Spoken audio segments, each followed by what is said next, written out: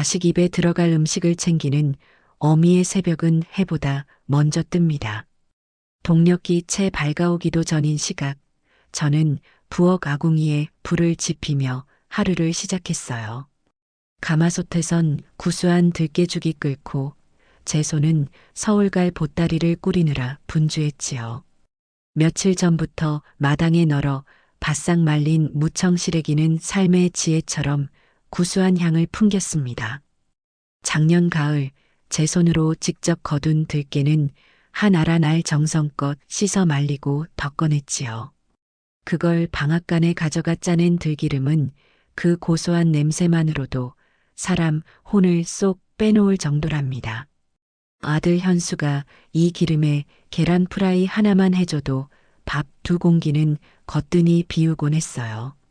보따리 맨 아래에는 잘 말린 시래기와 표고버섯을 깔고 그 위에는 손수 빻은 고춧가루와 들깨가루를 꼼꼼히 쌌습니다. 행여나 터질세라 헝겊으로 몇 번이나 동여맸지요. 마지막으로 어젯밤 텃밭에서 막 따온 싱싱한 상추와 아삭한 오이를 신문지에 돌돌 말아 넣었습니다. 이고 지고 갈 생각을 하니 벌써부터 허리가 뻐근했지만 이걸 받아먹고 기운낼 아들 녀석 부부를 생각하면 힘든 줄도 몰랐어요. 세상 모든 어미의 마음이 다 그렇지 않겠어요. 내 자식이 타지에서 행여나 굶고 다닐까, 인스턴트 음식으로 대충 끼니를 때울까 노심초사하는 마음 말입니다. 그렇게 꿀인 보따리 2개를 들고 이른 새벽 첫 차에 몸을 실었습니다. 터미널까지 태워주겠다는 이장님을 굳이 마다하고 나선 길이었지요. 동이 터오는 새벽의 차가운 공기를 가르며 정류장으로 향하는 내내 제 마음은 벌써 서울에 가 있었습니다. 차창 밖으로 스쳐 지나가는 풍경들은 눈에 들어오지도 않았어요. 그저 아들 녀석이 어렸을 적 좋아하던 반찬은 무엇이었는지, 며느에는 어떤 음식을 즐겨 먹는지 머릿속으로 저녁 밥상을 수십 번도 더 차려보았지요. 5시간이 넘는 긴 시간이었지만 자식 보러 가는 어미에게 그 정도는 찰나일 뿐입니다. 버스에서 꾸벅꾸벅 졸다가도 혹여나 내릴 곳을 지나칠세라 몇 번이나 눈을 비비며 정신을 차렸습니다. 드디어 서울 땅에 발을 디뎠을 땐 이미 해가 중천에 떠 있었습니다. 높은 건물들이 뿜어내는 후텁지근한 공기와 귀가 멍멍할 정도의 소음은 여전히 적응이 안 돼요. 저는 익숙하게 지하철역으로 발걸음을 옮겼습니다. 사람들로 가득 찬 계단을 무거운 짐을 들고 오르내리는 건 여간 힘든 일이 아니었지만 이제 곧 아들 얼굴을 볼 수 있다는 생각에 다시 한번 힘을 냈지요. 드디어 아들 녀석이 사는 아파트 단지에 도착해 초인종을 눌렀습니다. 딩동하는 소리가 어찌나 반갑던지요. 잠시 후 문이 열리고 며느리 최소영이 무표정한 얼굴로 저를 맞았습니다. 오셨어요, 어머니. 그 목소리엔 먼 길 온 시어머니를 향한 반가움이나 애틋함 같은 건 한 톨도 섞여 있지 않았어요. 그저 매주 반복되는 귀찮은 행사를 치르는 듯한 의무감만이 느껴졌지요. 그래, 아가. 우리 현수는 아직 안 왔니? 네, 아직 퇴근 전이에요. 일단 들어오세요. 저는 며느리를 따라 집 안으로 들어서며 제가 들고 온 보따리들을 현관 한쪽에 내려놓았습니다. 그 내용물이 무엇인지, 얼마나 무거운지 며느리는 관심조차 없어 보였어요. 그저 거실 소파에 비스듬히 누워 스마트폰 화면만 들여다볼 뿐이었지요. 집안은 모델하우스처럼 깔끔했지만 사람 사는 온기라고는 조금도 느껴지지 않았습니다. 하얗고 네모반 듯한 가구들, 어디를 봐도 먼지 한 톨 없는 바닥. 제 눈에는 그 모든 것이 너무나 차갑고 낯설게만 보였어요. 어머니, 근데 그걸 다 어쩌려고 또 가져오셨어요? 저희 집 냉장고 작은 거 아시잖아요. 역시나 며느리의 첫마디는 가시가 돋쳐 있었습니다. 저는 애써 웃으며 말했지요. 이거 다 너희들 먹이려고 가져온 귀한 것들이야. 시래기는 국 끓여 먹고 들기름은 나물 무쳐 먹으면 얼마나 맛있는데. 요즘 누가 그런 걸 해 먹어요. 인터넷으로 주문하면 반찬 가게에서 다 만들어서 배달해 주는데. 그리고 어머니, 저희 집은 유기농만 먹어요. 며느리는 제 정성을 유기농이 아닌 것으로 취급하며 단박에 선을 그었습니다. 제가 평생 땅 파서 자식들 먹여 살린 그 모든 세월이 유기농이라는 세 글자 앞에 하찮아지는 순간이었지요. 서운한 마음이 목구멍까지 차올랐지만 저는 꾹 참았습니다. 싸우자고 온 것이 아니니까요. 저는 잠시 숨을 고른 뒤 보따리를 풀기 시작했습니다. 그래도 이건 내가 직접 키우고 만든 거라 맛이 달라. 정리만 좀 해놓을게. 제가 부엌에서 보따리 속 물건들을 꺼내 냉장고에 차곡차곡 정리하는 동안 며느리는 소파에서 꼼짝도 하지 않았습니다. 그저 제 움직임을 스마트폰 화면 너머로 힐끗힐끗 쳐다볼 뿐이었지요. 냉장고를 열어보니 안은 텅 비어 있었습니다. 배달 음식 용기와 마시다 남은 생수병 몇 개가 전부였어요. 이걸 보고도 유기농을 따지는 며느리의 말이 기가 찼지만 저는 아무 말도 하지 않았습니다. 그저 묵묵히 제 할 일을 할 뿐이었지요. 저녁 시간이 다 되어갈 무렵 아들 현수가 퇴근하고 돌아왔습니다. 아, 엄마 오셨어요? 그 녀석은 저를 보고 반가워했지만 그 반가움은 딱 거기까지였습니다. 제 옆에 서서 우리 엄마 힘들게 뭘 이런 걸 다 싸왔어라며 제 어깨를 주무르다가도 소파에 누워있는 아내의 눈치를 살폈지요. 며느리가 날카롭게 쏘아붙였습니다. 자기는 좋겠다. 어머님이 맨날 이렇게 바리바리 싸다 주셔서 난 이 많은 짐 정리하느라 허리 부러지는 줄 알았네. 하루 종일 소파에 누워 손가락 하나 까딱 안 턴 사람이 할 말은 아니었지요. 하지만 제 아들 녀석은 그 말에 아무런 대꾸도 하지 못했습니다. 그저 에이, 뭘 그런 걸 가지고 그래. 엄마 정성이잖아라며 어색하게 웃을 뿐이었어요. 저는 그 순간 깨달았습니다. 제 아들은 더 이상 제 아들이 아니라는 것을. 저와 아내 사이에서 중심을 잡지 못하고 그저 폭풍이 지나가기만을 바라는 줏대 없는 남편일 뿐이었지요. 곧이어 저녁상이 차려졌습니다. 며느리는 배달 앱으로 시켰다는 밀푀유나베와 파스타를 식탁 위에 늘어놓았어요. 제 눈에는 그저 정체 모를 흉내만 낸 음식으로 보였지만 아들 녀석은 오, 소영아 이거 맛있다. 당신 요리 솜씨가 나날이 느는 것 같아라며 칭찬을 아끼지 않았습니다. 며느리는 그제야 만족스러운 듯 웃으며 말했지요. 요리는 감각이에요, 어머니. 손맛 같은 구시대적인 말 말고요. 그리고 바로 그때였습니다. 며느리는 부엌으로 가더니 작은 접시 하나를 제 앞에 툭 내려놓았습니다. 그 위에는 누가 봐도 먹다 남은 듯한 살점은 반쯤 떨어져 나가고 기름은 허옇게 굳어버린 차가운 생선구이 한 토막이 올라와 있었어요. 저는 순간 제 눈을 의심했습니다. 내가 지금 무엇을 보고 있는 것인가? 김이 모락모락 나는 따뜻한 음식들을 앞에 두고 5시간 길을 달려온 시어미 앞에 내놓은 것이 고작 이 차갑고 비린 생선 토막이란 말인가?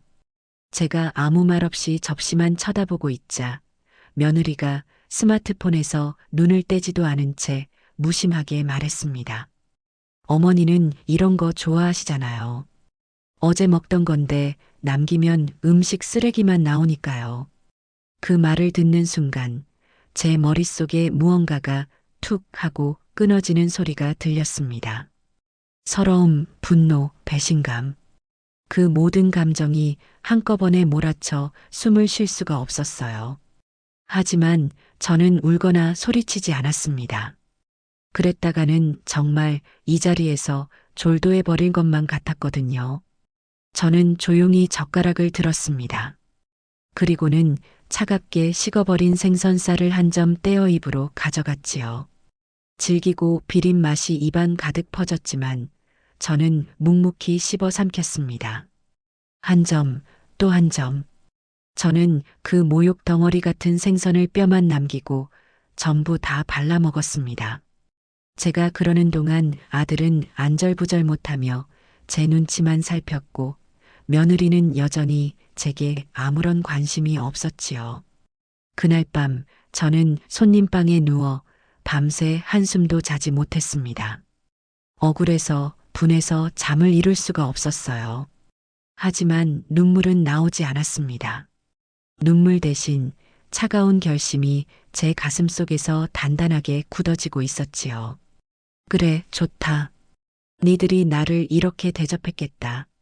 내가 평생을 바쳐 지켜온 정성과 손맛이라는 가치를 그렇게 하찮게 여겼겠다. 그렇다면 나도 똑같이 돌려주마. 칼에는 칼로, 모욕에는 모욕으로. 하지만 너처럼 그렇게 치졸하고 천박한 방식은 아닐 것이다. 나는 내 방식대로 내 인생이 담긴 요리로 네가 얼마나 오만하고 어리석었는지 온 세상 사람들이 보는 앞에서 똑똑히 깨닫게 해줄 것이다. 그 차가운 생선 한 토막이 제 인생의 가장 뜨거운 전쟁을 알리는 신호탄이 될 줄은 그때는 며느리도 아들도 그리고 저 자신조차도 미처 알지 못했습니다. 그 모욕의 밥상을 받은 다음 날 저는 동이 트기도 전에 잠에서 깼습니다. 손님방에 곱게 깔린 비단 이불의 감촉이 마치 가시방석처럼 느껴져 하룻밤 새 온몸이 다 쑤시는 것 같았어요. 어젯밤의 일이 꿈이기를 바랐지만 입안에 남아있는 비릿한 뒷맛이 지독한 현실을 일깨워 주었습니다. 저는 조용히 일어나 부엌으로 향했습니다. 식탁 위에는 어젯밤의 흔적들이 그대로 남아 있었지요. 며느리가 차려낸 화려한 음식들은 거의 그대로 남겨져 음식물 쓰레기통으로 향할 운명이었고 제가 먹었던 생선 접시만 앙상한 뼈를 드러낸 채 덩그러니 놓여 있었습니다. 그 광경이 마치 우리 고부 사이의 현주소를 보여주는 것만 같아 씁쓸한 웃음이 나왔습니다. 잠시 후 며느리가 부스스한 얼굴로 부엌에 들어섰습니다. 저를 보고도 인사는커녕 냉장고 문을 열어 생수 한 병을 벌컥벌컥 들이켰지요. 어머니, 오늘 내려가실 거죠? 차표는 예매하셨고요. 며느리는 대놓고 제가 빨리 떠나기를 바라는 눈치였습니다. 저는 아무렇지 않은 척 대답했어요. 그래, 아침밥만 먹고 일어서야지. 제 말에 며느리는 인상을 팍 찌푸리더군요. 아침부터 무슨 밥이에요? 그냥 토스트나 드세요. 그러더니 식빵 몇 조각을 토스터기에 쑤셔 넣고 커피포트의 버튼을 눌렀습니다.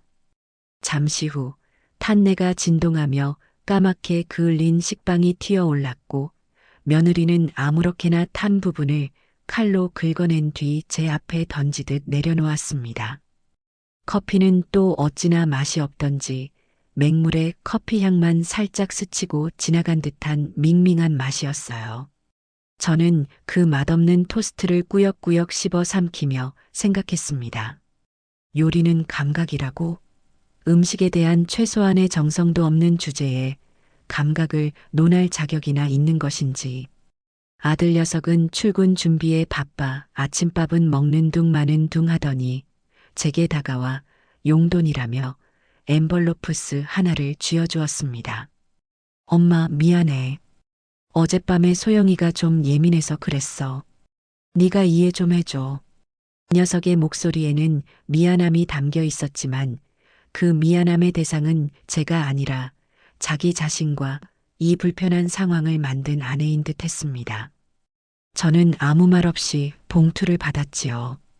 그리고 현관을 나서는 제 등 뒤로 며느리가 아들에게 짜증 섞인 목소리로 말하는 것을 똑똑히 들었습니다. 자기 엄마 용돈까지 챙겨줘야 직성이 풀려. 우리 생활비도 빠듯한 거 몰라. 집으로 돌아오는 버스 안에서 저는 창밖만 하염없이 바라보았습니다. 지난밤의 분노는 어느새 차가운 결심으로 바뀌어 가슴속 깊은 곳에 자리를 잡고 있었어요. 며느리 최소영. 그 아이의 오만함은 어디서 나오는 것일까? 그것은 단순히 버릇이 없는 것을 넘어 자신이 믿는 가치 외의 모든 것을 틀렸다고 여기는 얄팍한 신념에서 비롯된 것이었습니다. 화려하고 자극적이고 사진 찍기 좋은 음식만이 진짜 요리라고 믿는 아이.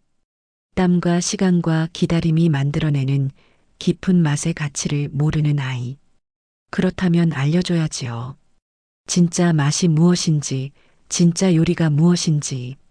그 아이가 가장 자신 있어 하는 방식으로 가장 화려한 무대 위에서 처절하게 깨닫게 해줘야 했습니다. 시골집에 돌아와 며칠을 알아누웠습니다. 몸살이 아니라 마음살이었지요. 밥맛도 없고 잠도 오지 않았습니다. 멍하니 텔레비전을 켜놓고 시간을 죽이던 어느 날 오후였어요.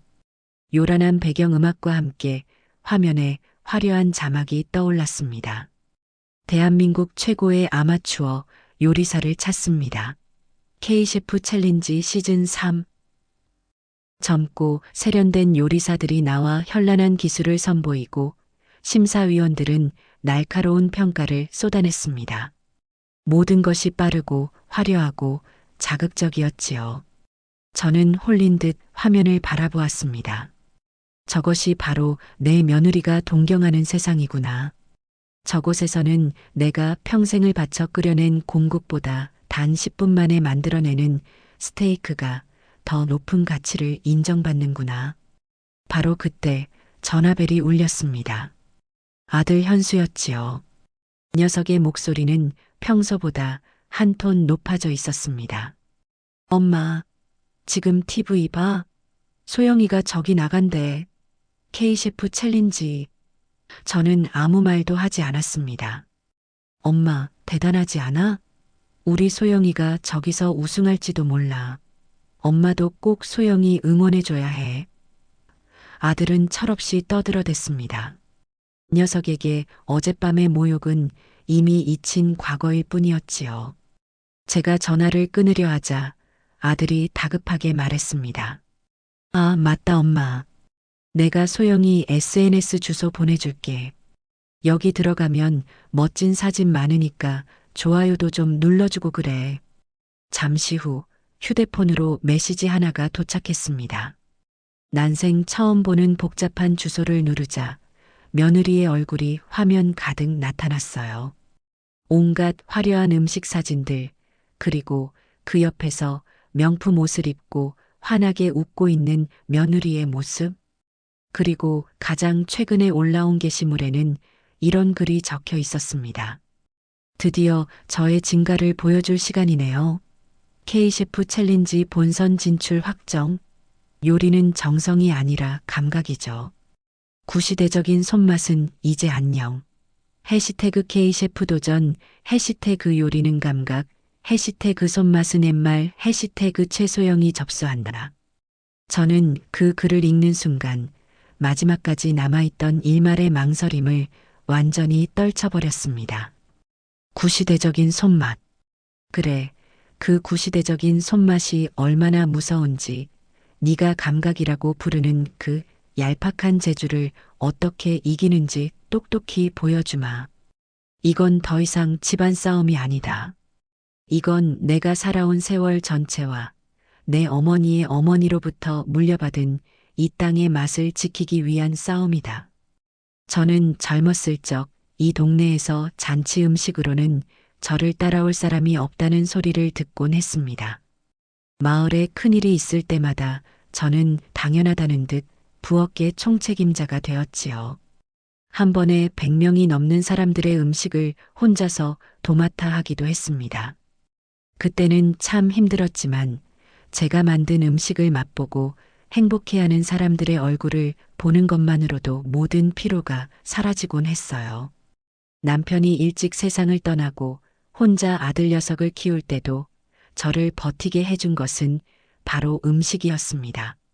장을 담그고 김치를 담그고 나물을 무치며 저는 슬픔을 이겨냈습니다. 제게 음식은 단순한 끼니가 아니라 제 인생 그 자체였던 셈이지요. 제 어머니는 늘 말씀하셨습니다. 금자야, 간장은 살아있는 것이란다. 네가 정성을 쏟는 만큼, 세월이 흐르는 만큼 더 깊고 귀한 맛을 내는 법이지. 그런 가르침을 받고 자란 저에게 며느리의 감각 타령은 제 인생에 대한 모독이나 다름없었습니다. 저는 자리에서 벌떡 일어났습니다. 그리고는 곧장 이장님 댁으로 향했지요. 마침 이장님 댁에는 서울에서 대학을 다니는 손주가 내려와 있었습니다. 저는 그 젊은 학생 앞에 앉아 제 인생에서 가장 어려운 부탁을 했습니다. K셰프 챌린지인가 뭔가 하는 거 나도 한번 나가보고 싶구나. 인터넷으로 신청하는 거라는데 네가 좀 도와줄 수 있겠니? 이장님 손주는 제 말에 눈을 동그랗게 뜨더니 이내 재미있다는 듯 웃으며 제 휴대폰을 받아들었습니다. 신청 절차는 생각보다 복잡했어요. 신상 정보를 적고 자기소개를 쓰고 요리 철학까지 적으라고 하더군요. 저는 이장님 손주가 묻는 말에 차근차근 대답했습니다. 요리 철학을 묻는 칸 앞에서 저는 잠시 고민하다가 입을 열었지요. 이렇게 적어주렴. 음식은 기억이고 정성은 세상에서 가장 위대한 양념입니다. 라고. 제 말을 받아 적던 학생의 눈빛이 사뭇 진지해졌습니다. 마지막 관문은 자신을 소개하는 동영상을 찍어보내는 것이었습니다. 저는 이장님 손주를 데리고 제 부엌으로 갔습니다. 그리고는 제 인생에서 가장 자신 있는 요리를 시작했지요. 그것은 바로 흰쌀밥과 맑은 무국이었습니다. 화려한 요리를 기대했을 학생은 어리둥절한 표정을 지었지만 저는 아랑곳하지 않았습니다. 쌀을 씻는 법, 물의 양을 맞추는 법, 불 조절을 하는 법을 하나하나 설명하며 밥을 안쳤습니다. 무는 결대로 얇게 썰어 들기름에 달달 볶다가 집간장으로만 간을 해서 슴슴하게 국을 끓였지요. 카메라 앞에서 저는 이렇게 말했습니다. 세상에서 가장 어려운 요리는 매일 먹는 밥과 국입니다. 가장 기본적인 것에서 최고의 맛을 낼 수 있을 때 비로소 요리사라 불릴 자격이 있는 것이지요. 그렇게 제 출사표는 조용하지만 단단하게 세상에 던져졌습니다. 며느리는 상상조차 하지 못할 방식으로 저는 칼 대신 프라이팬을 들고 제 인생의 가장 큰 싸움을 준비하기 시작한 것입니다.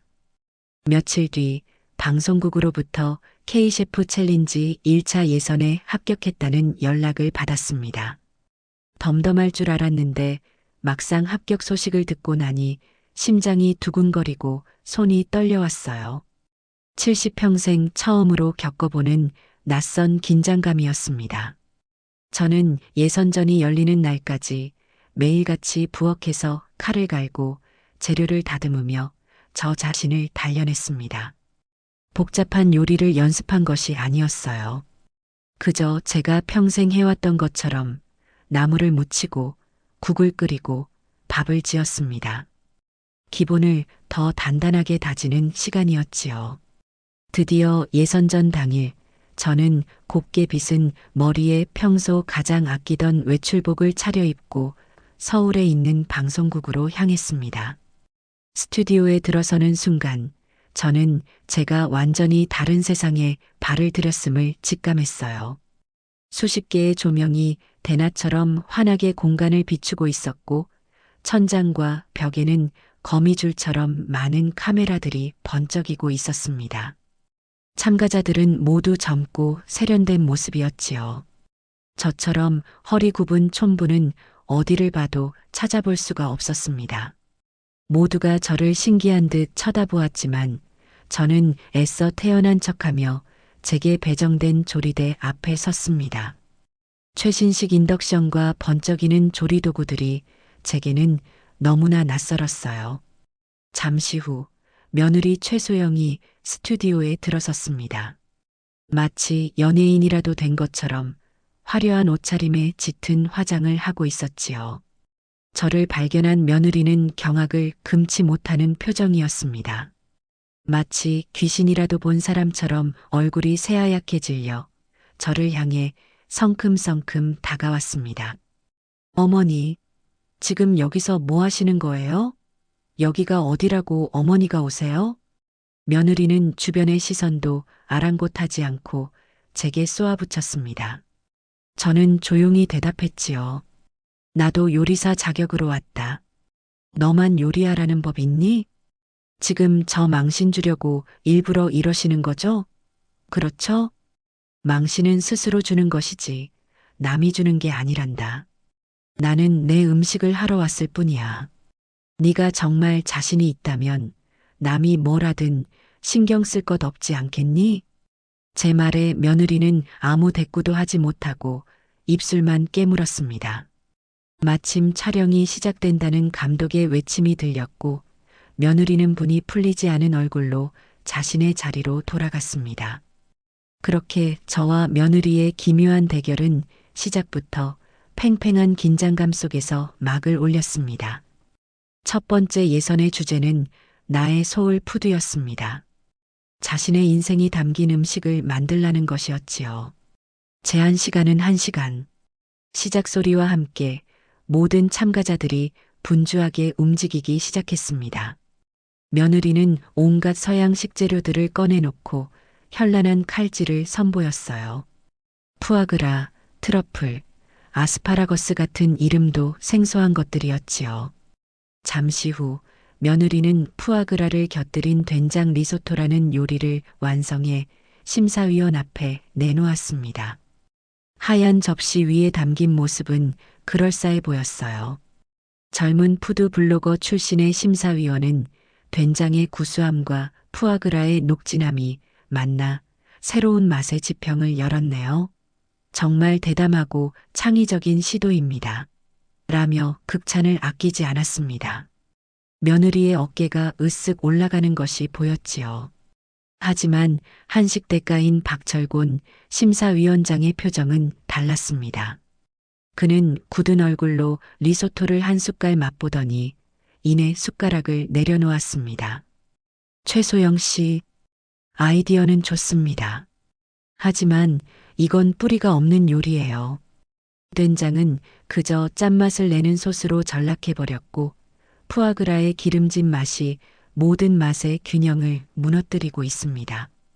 화려한 재료를 쓴다고 해서 좋은 요리가 되는 것이 아닙니다. 재료에 대한 깊은 이해가 먼저입니다. 그의 날카로운 지적에 스튜디오의 분위기는 순식간에 차가워졌고 며느리의 얼굴은 벌겋게 달아올랐습니다. 드디어 제 차례가 되었습니다. 제 조리대 위에는 흔하디흔한 쑥과 냉이 그리고 제가 집에서 가져온 된장과 들기름이 전부였습니다. 다른 참가자들은 저를 보며 수군거렸지요. 저 할머니는 저걸로 뭘 하려는 거지?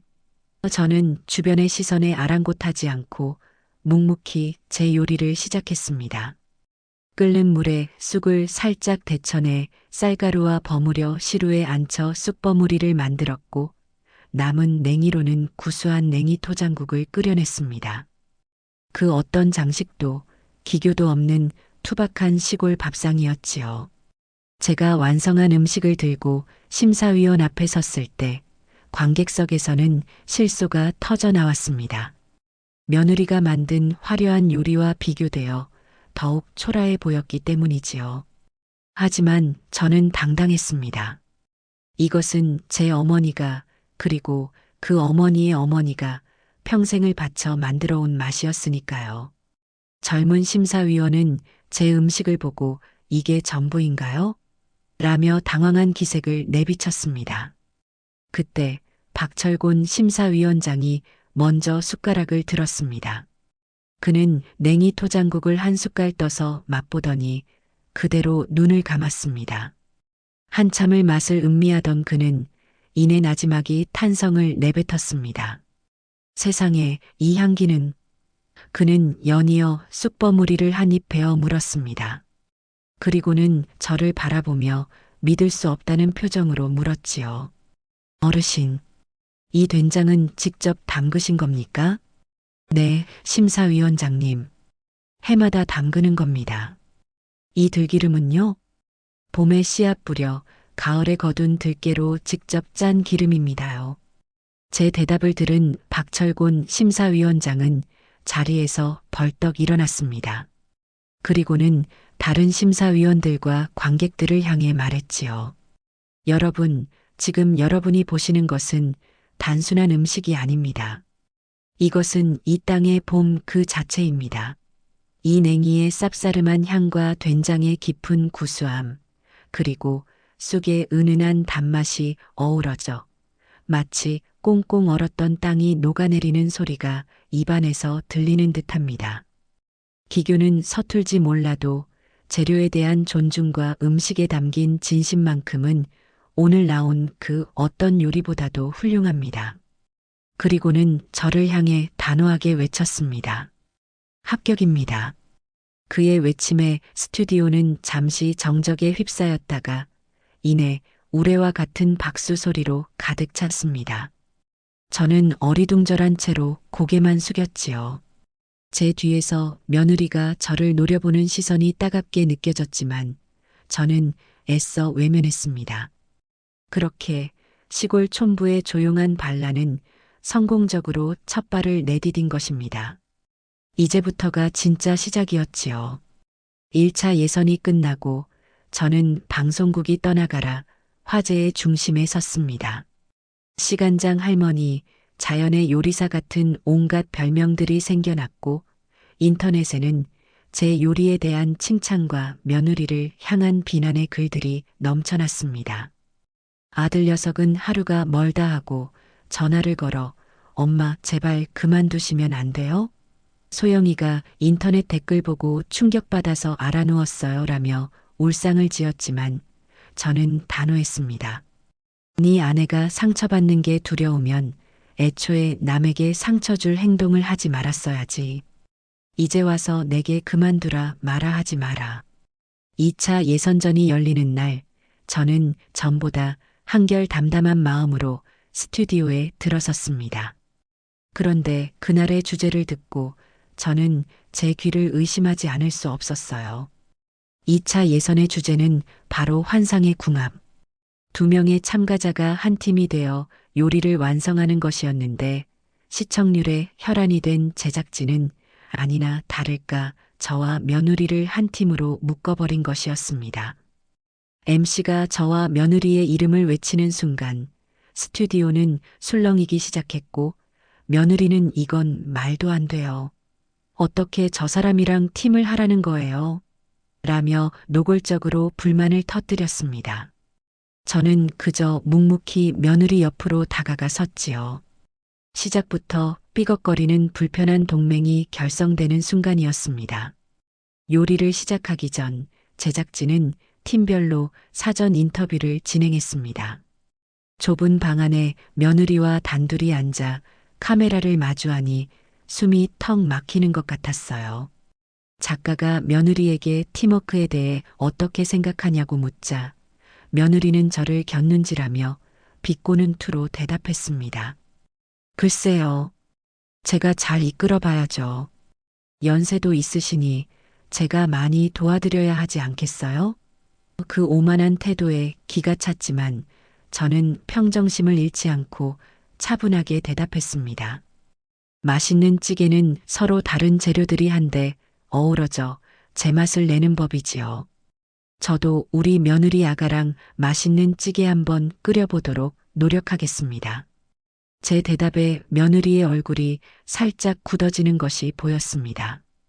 그날의 미션은 바다와 육지의 만남, 즉 해산물과 육류를 모두 사용해 하나의 요리를 완성하는 것이었습니다. 조리대에 서자마자 며느리는 저를 없는 사람 취급하기 시작했습니다. 어머니는 그냥 제가 시키는 재료 손질이나 하세요. 괜히 나섰다가 일 그르치지 마시고요. 그러더니 혼자서 양고기와 관자, 새우 같은 고급 재료들을 잔뜩 꺼내놓고 요리 계획을 세우기 시작했습니다. 며느리는 너무나 많은 것을 보여주려 욕심을 부리고 있었어요. 양고기는 수비드 머신이라는 기계에 넣어 익히고, 관자는 토치로 겉만 살짝 그을리고, 새우는 소스를 만들어 곁들이겠다는 제가 듣기엔 너무나 복잡하고 산만한 계획이었지요.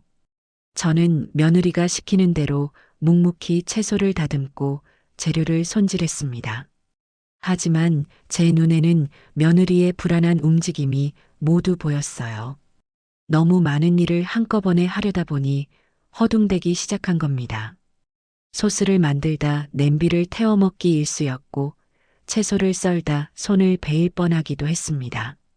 제가 옆에서 아가, 그건 그렇게 하는 게 아닌데라고 한마디 거들라치면 어머니는 요리도 모르면서 참견하지 마세요. 라며 날카롭게 소리를 질렀지요. 시간은 야속하게 흘러갔습니다. 제한 시간의 절반이 지났을 때 며느리는 거의 울기 직전의 표정이었습니다. 수비드 기계에서 꺼낸 양고기는 너무 익어 퍽퍽해졌고, 토치로 그을린 관자는 타이밍을 놓쳐 새까맣게 타버렸습니다. 엎친 데 덮친 격으로 소스 맛을 보던 며느리는 소금을 쏟아 넣어버리는 결정적인 실수를 저지르고 말았지요. 아, 어떡해. 망했어. 다 망했어. 며느리는 자리에 주저앉아 머리를 감싸쥐었습니다. 모든 것을 포기한 듯한 모습이었지요. 저는 더 이상 지켜보고만 있을 수 없었습니다. 저는 며느리를 일으켜 세우며 단호하게 말했습니다. 아직 안 끝났다. 지금부터 내가 하라는 대로 하거라. 그리고는 조리대의 지휘권을 가져왔습니다. 저는 먼저 너무 익어버린 양고기를 아주 얇게 저면했습니다. 그리고는 팬에 기름을 두르고 다진 마늘과 파를 볶아 향을 낸 뒤 간장과 꿀, 배즙을 넣어 즉석에서 양념장을 만들어 얇게 썬 양고기를 넣고 재빨리 볶아냈지요.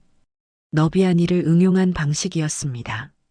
새까맣게 타버린 관자는 과감히 버리고, 남은 관자와 새우는 밀가루와 계란물을 입혀 노릇노릇하게 전을 부쳤습니다. 소금에 절어 짜게 된 소스는 감자와 물을 급하게 갈아 넣어 짠맛을 중화시키고, 들깨가루를 듬뿍 넣어 구수한 맛을 더했지요. 제 손은 보이지 않을 정도로 빠르게 움직였습니다. 평생을 부엌에서 살아온 제게 이 정도 위기는 위기도 아니었으니까요. 며느리는 넋을 잃은 채 제 움직임을 바라보고 있었습니다.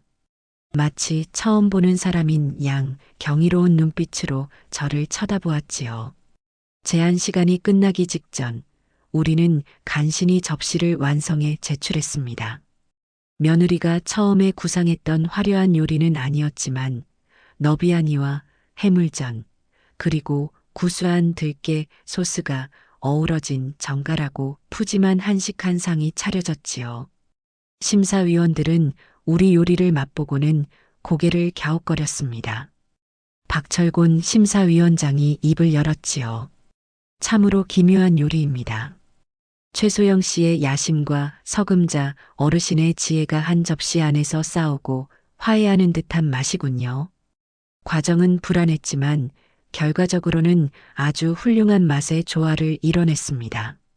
특히 이 너비아니는 실패한 재료를 살려낸 어르신의 임기응변이 아니었다면 맛보지 못했을 겁니다. 결과는 합격이었습니다. 하지만 기쁨보다는 씁쓸함이 더 컸어요. 며느리는 합격 소식을 듣고도 저에게 고맙다는 말 한마디 하지 않았습니다. 그저 굳은 얼굴로 저를 스쳐 지나 대기실로 사라져버렸지요. 그 뒷모습을 보며 저는 긴 한숨을 내쉬었습니다. 잠시 후 주머니 속 휴대폰이 요란하게 울렸습니다. 아들 녀석이었습니다. 엄마, 봤어? 두 사람 같이 요리하는 거 정말 멋있었어. 환상의 팀워크던데? 역시 우리 엄마랑 우리 아내야. 그 녀석의 해맑은 목소리를 들으며 저는 어쩌면 이 싸움에서 가장 어리석고 불쌍한 것은 아무것도 모르는 채 우리 사이를 맴돌고 있는 저 아들 녀석일지도 모른다는 생각을 했습니다. 불편하기 짝이 없었던 2차 예선이 끝나고 방송국을 나서는 길, 며느리와 저는 한마디 말도 섞지 않았습니다. 대기실에 머무는 내내 그 아이는 마치 제가 투명인간이라도 되는 양 철저히 무시했지요.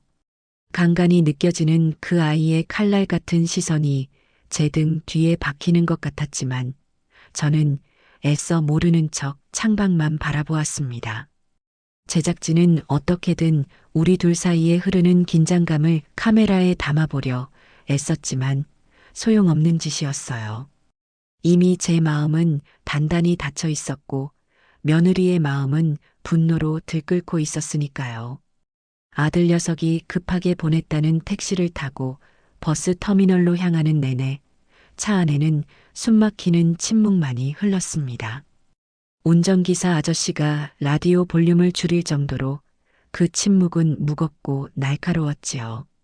저는 그저 이 모든 소란을 뒤로하고 빨리 흙냄새 나는 제 집으로 돌아가고 싶다는 생각뿐이었습니다. 시골집에 도착해 흙먼지 묻은 신발을 벗고 마루에 들어서는 순간 저는 비로소 긴 숨을 내쉴 수 있었습니다. 서울의 번잡함과 방송국의 인공적인 불빛에 시달렸던 혼이 제자리를 찾는 기분이었지요. 저는 그 길로 옷도 갈아입지 않고 뒤뜰의 장독대로 향했습니다. 제게는 자식들만큼이나 소중한 공간. 그곳에는 제 인생의 희로애락이 담긴 수십 개의 항아리들이 저를 묵묵히 기다리고 있었습니다. 저는 항아리 하나하나를 마른 헝겊으로 닦아주며 안부를 물었습니다. 작년에 담근 고추장은 잘 익어가고 있는지, 재작년에 담근 된장은 더 깊은 맛을 내고 있는지. 항아리들은 말이 없었지만 저는 그들의 숨소리를 들을 수 있었어요. 장독대 가장 안쪽, 제 키만 한 커다란 항아리 앞에 섰습니다. 제가 시집오던 해 낯선 시집살이에 하루하루 눈물 짓던 제게 시어머님께서 손을 잡아 이끌며 함께 담갔던 30년 묵은 시간장이었습니다. 그때 어머님은 제게 말씀하셨지요. 아가, 이 간장은 그냥 간장이 아니야. 우리 집안의 뿌리이자 역사다. 네가 이 장맛을 잘 지켜내면 어떤 어려움이 닥쳐도 우리 집안은 흔들리지 않을 것이다. 그날 이후 이 간장 항아리는 제게는 시어머님의 유언과도 같았습니다. 남편이 먼저 세상을 떠나고 혼자 현수를 키우며 막막했던 시절에도 저는 이 항아리를 보며 마음을 다잡았습니다. 혹독하게 추웠던 어느 겨울, 장이 얼어 터질까봐 밤새 짚을 태워 항아리를 감싸 안고 울었던 기억도 생생합니다. 저는 항아리 뚜껑을 조심스럽게 열었습니다. 30년의 세월이 응축된 깊고 달큼하고 향긋한 향이 제 온몸을 감쌌습니다. 저는 눈을 감고 그 향을 깊이 들이마셨습니다. 그래, 이 맛이다. 돈으로는 절대 흉내낼 수 없는 시간과 정성만이 빚어낼 수 있는 진짜 맛. 이 맛을 그 오만한 며느리에게 똑똑히 보여줘야 했습니다.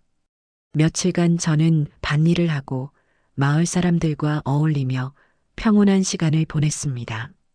저녁이면 동네 안악들이 저희 집 마루에 모여 앉아 두런두런 이야기를 나누곤 했지요.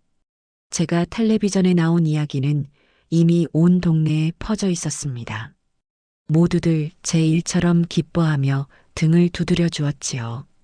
옆집 순떡 엄마가 물었습니다. 형님, 근데 그 며느리는 왜 그렇게 못되게 군대요? 방송으로만 봐도 아주 그냥. 저는 그저 씁쓸하게 웃으며 말했습니다. 다 내 자식 가르침이 부족한 탓이지. 아직 세상을 덜 살아서 진짜 귀한 것이 무엇인지 모르는 게야. 저는 며느리를 흉보는 대신 제가 끓인 구수한 된장찌개와 갓 무친 나물을 대접했습니다. 제 음식을 맛보고 행복해하는 이웃들의 얼굴을 보니 방송국의 화려한 조명 아래서 느꼈던 긴장감이 눈 녹듯 사라지는 것 같았어요. 이것이 바로 내가 평생을 지켜온 맛의 힘이라는 것을 새삼 깨달았습니다. 그러던 어느 날 저녁 아들 녀석에게서 전화가 걸려왔습니다. 잔뜩 풀이 죽은 목소리였지요. 엄마, 큰일 났어. 다음 경연 주제가 시간이래. 소영이가 지금 완전히 무너졌어. 자기는 돈으로 살 수 있는 시간밖에 모른다고, 뭘 해야 할지 하나도 모르겠다고 며칠째 울기만 해. 저는 아들의 하소연을 묵묵히 들었습니다. 이 녀석은 어떻게든 제가 며느리에게 조언을 해주길 바라는 눈치였지만 저는 그럴 생각이 추호도 없었어요. 스스로 깨우치기 전에는 그 어떤 답도 자기 것이 될 수 없는 법이다. 그 아이가 정말 이기고 싶다면 답은 자기 자신 안에서 찾아야 할 게야. 저는 매정하게 전화를 끊었습니다. 잠시 후 아들이 보내온 사진 속에는 며느리가 주문한 식재료 목록이 빼곡히 적혀 있었습니다. 15년 숙성 발사믹, 블랙 트러플, 콤부차. 저는 그 목록을 보며 긴 한숨을 내쉬었습니다. 저 어리석은 것. 여전히 겉모습만 좇고 있구나. 시간의 무게를, 그 가치를 전혀 이해하지 못하고 있구나. 드디어 8강전이 열리는 날, 저는 다른 때보다 더 큰 항아리 하나를 조심스럽게 챙겨들고 서울로 향했습니다. 방송국 대기실은 그야말로 전쟁터 같았어요. 모두가 마지막 결전이라도 되는 듯 비장한 표정으로 각자의 무기를 점검하고 있었지요. 그날은 대한민국에서 가장 깐깐하고 무섭기로 소문난 음식평론가 마상필 씨가 특별심사위원으로 온다는 소식에 스튜디오에는 유독 무거운 긴장감이 감돌았습니다. 그는 요리사들 사이에서 백정의 칼이라 불릴 정도로 맛없는 음식에 대해서는 가차없는 비평을 쏟아내는 인물이었습니다. 잠시 후 마상필 평론가가 스튜디오에 들어섰습니다.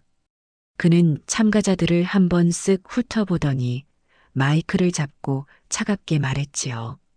여러분, 오늘 저는 여러분의 요리에서 진정성을 볼 겁니다. 얄팍한 기술이나 비싼 재료로 제 혀를 속이려 들 생각은 아예 하지 마십시오. 여러분이 살아온 인생을, 여러분의 철학을 접시에 담아내십시오. 그렇지 않은 요리는 제게는 그저 음식물 쓰레기일 뿐입니다. 그의 말에 참가자들의 얼굴은 하얗게 질렸고 며느리는 마른 침을 꿀꺽 삼키는 것이 보였습니다. 경연이 시작되었습니다. 주제 시간을 담은 요리. 며느리는 예상대로 자신이 준비해온 트러플 발사믹 소스를 곁들인 관자 카르파초와 콤부차 거품을 만들기 시작했습니다. 디지털 저울로 소스의 양을 0.1g 단위까지 정확하게 측정하고 타이머를 여러 개 맞춰놓고 분주하게 움직이는 모습은 요리사라기보다는 과학자에 가까워 보였지요. 중간 인터뷰에서 며느리는 자신만만하게 말했습니다. 시간은 과학입니다. 저는 15년이라는 시간이 만들어낸 발사믹 식초의 산미와 콤부차가 발효되며 만들어내는 복합적인 풍미를 과학적으로 계산해서 한 접시에 담아낼 겁니다. 드디어 며느리의 요리가 완성되었습니다. 하지만 마상필 평론가의 표정은 싸늘하기 그지없었어요. 그는 며느리의 요리를 맛보기도 전에 코를 킁킁거리며 인상을 찌푸렸습니다. 최소영 씨, 이 역겨운 인공 트러플 향은 대체 뭡니까? 마치 값싼 향수를 온몸에 뿌린 사람을 마주한 것처럼 불쾌하군요. 그는 겨우 포크로 관자 한 점을 찍어 맛보더니 이내 냅킨에 뱉어버렸습니다. 이건 요리가 아닙니다. 모독입니다. 시간이라는 신성한 주제를 돈으로 살 수 있다는 그 오만한 생각 자체가 글러먹었어요. 관자의 섬세한 단맛은 이따위 소스에 완전히 짓밟혀버렸고 이 의미 없는 거품은 왜 올린 겁니까? 최소영 씨의 요리에는 철학도 진정성도 없습니다. 오직 비싼 재료를 썼다는 과시욕과 얄팍한 허영심만이 가득하군요. 정말 실망스럽습니다. 그의 독설은 칼날이 되어 며느리의 심장에 그대로 꽂혔습니다. 며느리는 아무 말도 하지 못하고 그저 하염없이 눈물만 뚝뚝 흘렸지요. 드디어 제 차례가 되었습니다. 저는 조용히 제가 가져온 시간장 항아리의 뚜껑을 열었습니다.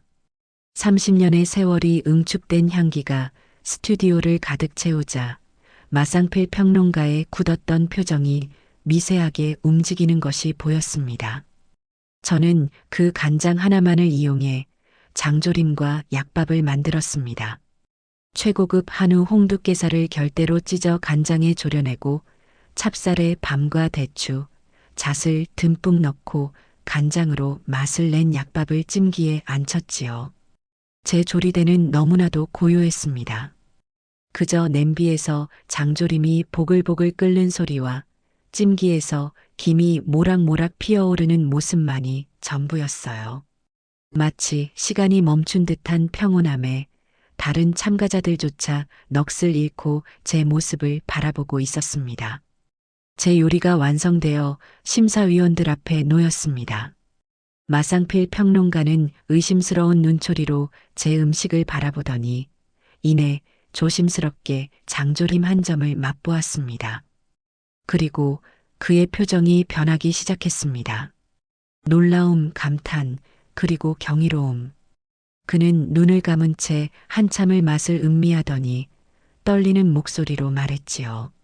이럴 수가. 그는 연이어 약밥을 한 숟갈 맛보고는 그대로 굳어버렸습니다.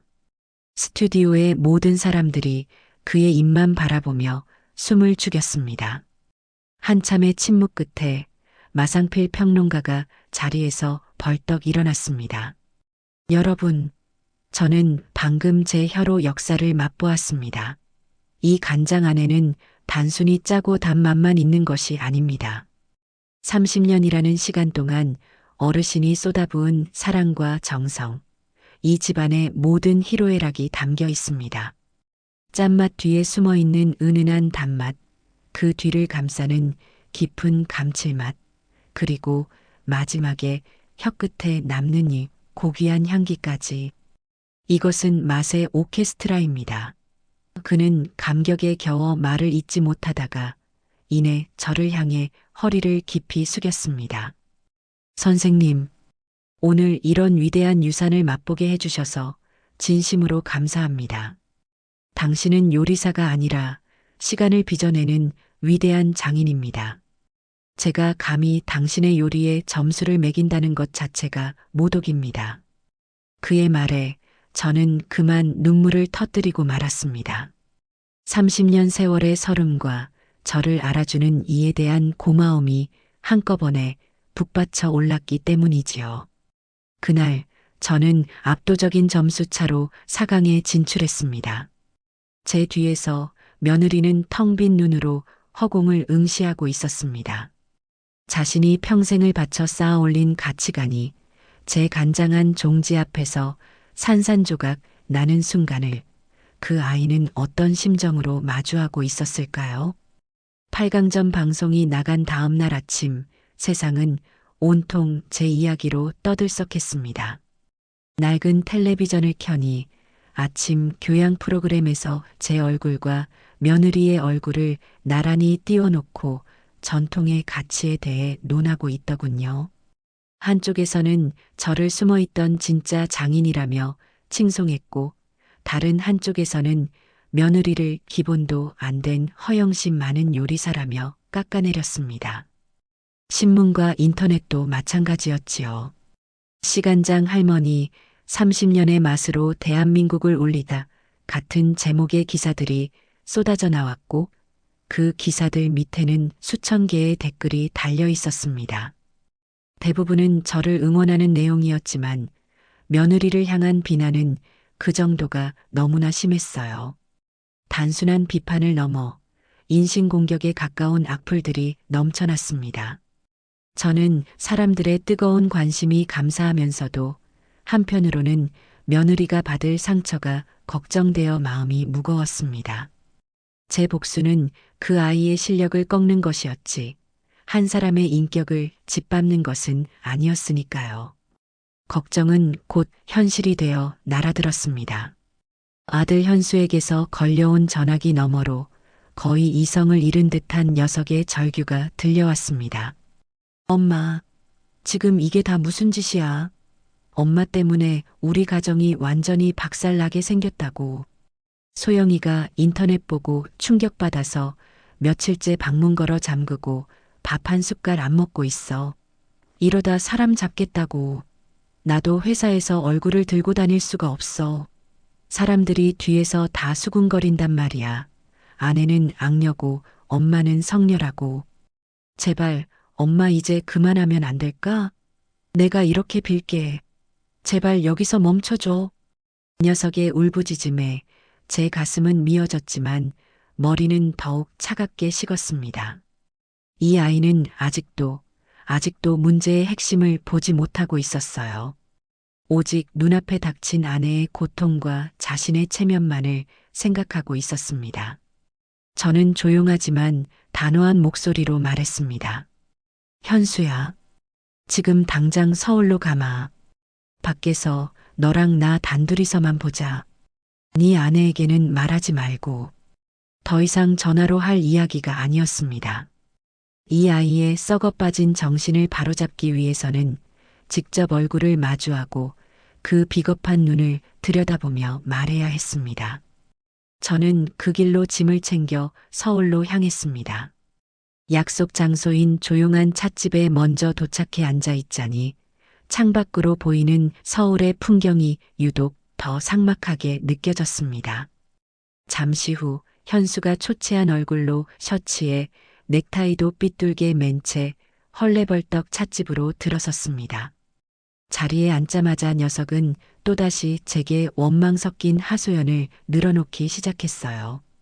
저는 녀석이 할 말을 모두 쏟아낼 때까지 그저 묵묵히 들어주었습니다. 한참을 떠들던 녀석이 지쳐서 말을 멈추었을 때 제가 비로소 입을 열었습니다. 현수야, 네 아내가 지금 왜 저렇게 힘들어하는 것 같으냐?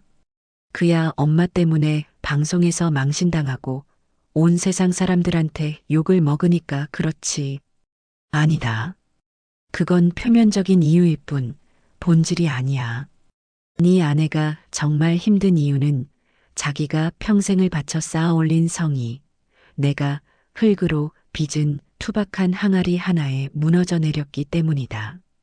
돈과 기술, 화려함과 젊음이 최고라고 믿었는데 늙고 촌스러운 시어미의 손맛 앞에서 처참하게 패배했기 때문이야. 그 상실감과 패배감이 그 아이를 벼랑 끝으로 몰고 있는 게야. 너는 지금 그런 네 아내가 그저 불쌍하고 안쓰러워서 이 모든 것을 시작한 내가 여기서 멈춰주기를 바라는 것이겠지. 그렇다면 내가 다시 한번 묻겠다. 내가 처음 너희 집에 갔던 날을 기억하느냐? 저는 그날의 일을 아주 상세하게 제가 느꼈던 모든 감정을 담아 남김없이 이야기하기 시작했습니다.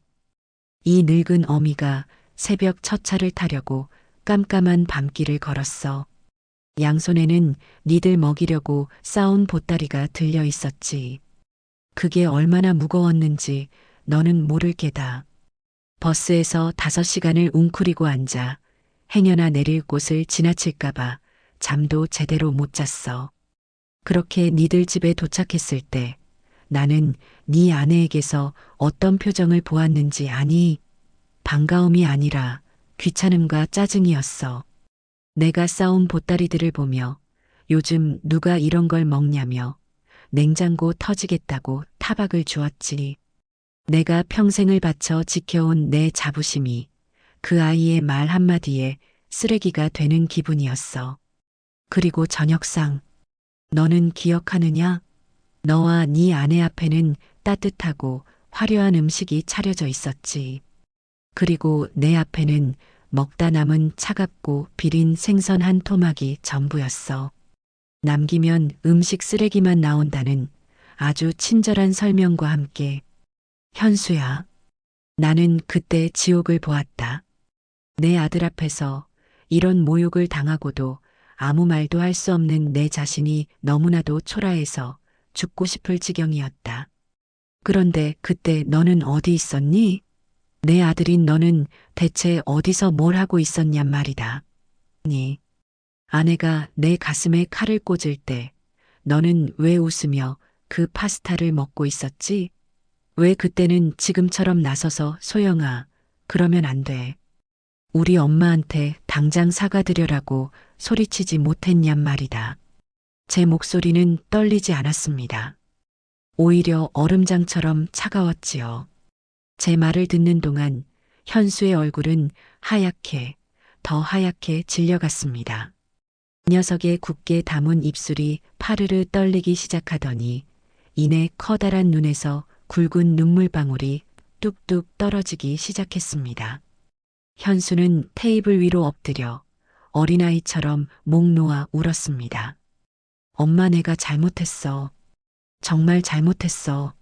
무서웠어. 소영이가 화내는 것도 무섭고 엄마가 속상해하는 것도 무섭고 그냥 조용히 넘어가면 다 괜찮아질 줄 알았어. 내가 너무 비겁했어. 내가 나쁜 놈이야. 엄마, 미안해. 정말 미안해. 녀석의 울음 섞인 고백 속에서 저는 아들의 진심을 보았습니다. 그것은 단순한 후회가 아니라 자신의 나약함과 비겁함에 대한 처절한 자기 혐오였습니다. 저는 말없이 우는 아들의 등을 쓸어주었습니다. 한참을 울던 녀석이 고개를 들었을 때 저는 녀석의 눈을 똑바로 보며 말했습니다. 이제라도 알았으면 됐다. 하지만 현수야, 너는 아직도 모르고 있다. 네가 정말로 잘못한 것은 내 편을 들어주지 않은 것이 아니야. 바로 네 편을 들어주지 않은 것이다. 너와 네 아내, 네 아들로 이루어진 네 가정 말이다. 너는 그 가정의 가장이면서도 단 한 번도 주인이 된 적이 없었어. 아내의 등 뒤에 숨어 책임을 회피하고 어미의 그늘 아래서 안주하려고만 했지. 네가 바로 서지 못하니 네 아내도 길을 잃고 헤매는 것이다. 네 가정을 지키고 싶으냐?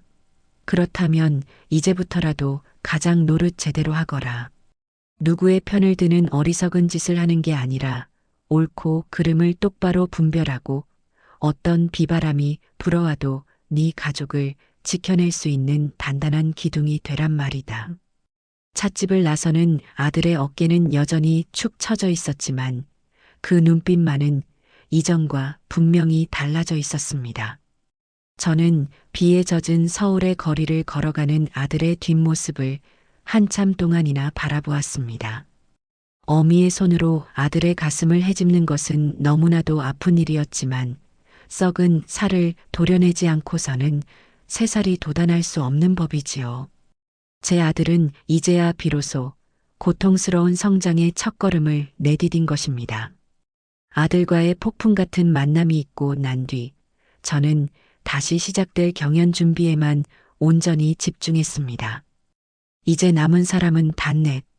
저와 며느리 그리고 요리에 대한 순수한 열정으로 가득 찬 젊은 요리학도와 30년간 묵묵히 자신의 식당을 지켜온 중년의 사장님이었습니다. 준결승전이 열리는 날 스튜디오의 분위기는 그야말로 살얼음판 같았어요. 이제는 서로가 서로에게 가장 강력한 경쟁자라는 것을 모두가 알고 있었기 때문이지요. 며느리는 며칠 사이 무슨 일이 있었는지 전과는 사뭇 다른 모습이었습니다. 날카롭고 도끼 서린 기운은 많이 누그러져 있었지만 대신 그 빈자리를 깊은 고뇌와 처절한 절박함이 채우고 있었지요. 대기실에서도 저와는 눈도 마주치지 않았지만 예전처럼 노골적인 저기를 드러내지도 않았습니다. 그저 깊은 생각에 잠겨 자신의 손만 말없이 내려다볼 뿐이었어요. 젊은 요리학도는 대기실에서 제게 다가와 수줍게 인사를 건넸습니다. 선생님, 지난번 장조림은 정말 제 인생 최고의 음식이었습니다. 저도 선생님처럼 사람의 마음을 움직이는 요리를 하고 싶습니다. 그 순수한 열정이 담긴 눈을 보니 제 마음도 덩달아 따뜻해지는 것 같았어요. 저는 그 학생의 손을 잡아주며 말했습니다. 마음으로 요리하면 그 마음은 반드시 전해지는 법이란다. 제 말에 학생은 감격한 듯 연신 고개를 숙였습니다. 그 모습을 며느리는 멀찍이서 복잡한 표정으로 지켜보고 있었지요. 드디어 준결승전의 주제가 발표되었습니다. 전통의 재해석. 이 주제가 발표되는 순간 저는 며느리의 어깨가 미세하게 움찔하는 것을 보았습니다. 재해석이야말로 자신이 가장 자신 있어 하면서도 가장 처참하게 실패했던 분야였으니까요. 며느리는 아마도 이번에야말로 자신의 모든 것을 걸고 명예를 회복하리라 다짐하고 있을 터였습니다.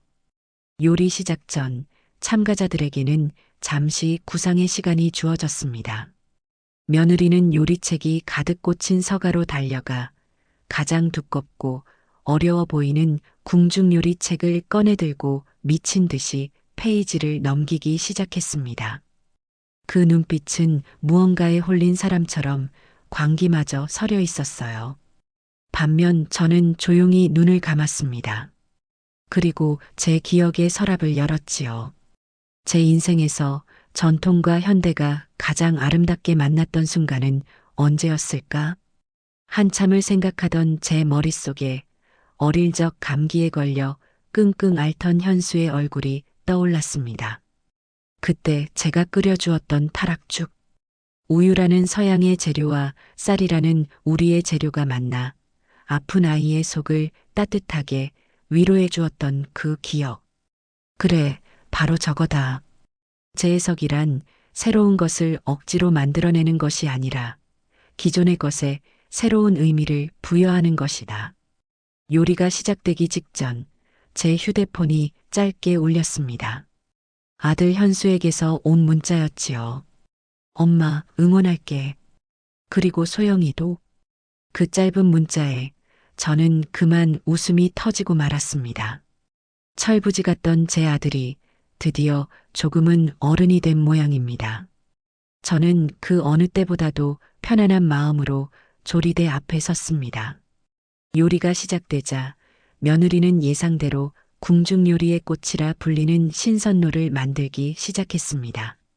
수십 가지에 달하는 채소와 고기, 해산물을 각각 다른 방식으로 조리해서 화려한 신선로 틀 안에 담아내는 그야말로 기술과 정성의 집약체인 요리였지요. 며느리의 손놀림은 그 어느 때보다도 빠르고 정확했습니다.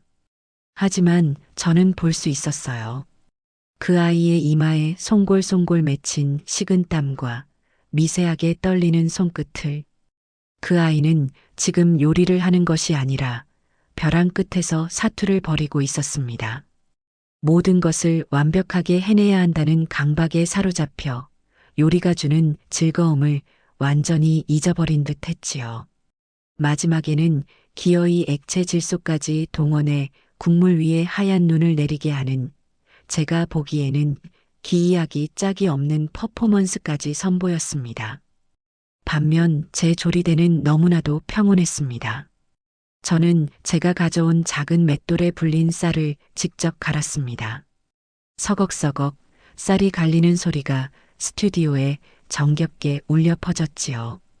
저는 곱게 간 쌀을 신선한 우유와 함께 뭉근한 불에 올려 나무 주걱으로 천천히, 아주 천천히 저어주었습니다. 마치 아픈 아이를 돌보는 어미의 마음으로 죽이 눕지 않도록 정성을 다했지요. 죽이 끓는 동안 저는 작과 호두를 곱게 다져 고명을 만들고 시원하게 익은 동치미를 유기그릇에 담아냈을 뿐입니다. 그 모습이 너무나 단조로워 보였는지 다른 참가자들은 물론이고 카메라 감독조차 제게 별다른 관심을 보이지 않았어요. 하지만 저는 괜찮았습니다. 진짜 주인공은 화려한 겉모습이 아니라 그 안에 담긴 진심일 테니까요. 마침내 며느리의 신선로가 먼저 심사위원들 앞에 놓였습니다. 그 화려하고 웅장한 모습에 객석에서는 탄성이 터져 나왔지요. 하지만 심사위원들의 표정은 여전히 냉정했습니다. 마상필 평론가가 숟가락을 들기도 전에 입을 열었지요. 최소영 씨, 지난번에 실패해서 아무것도 배우지 못했군요.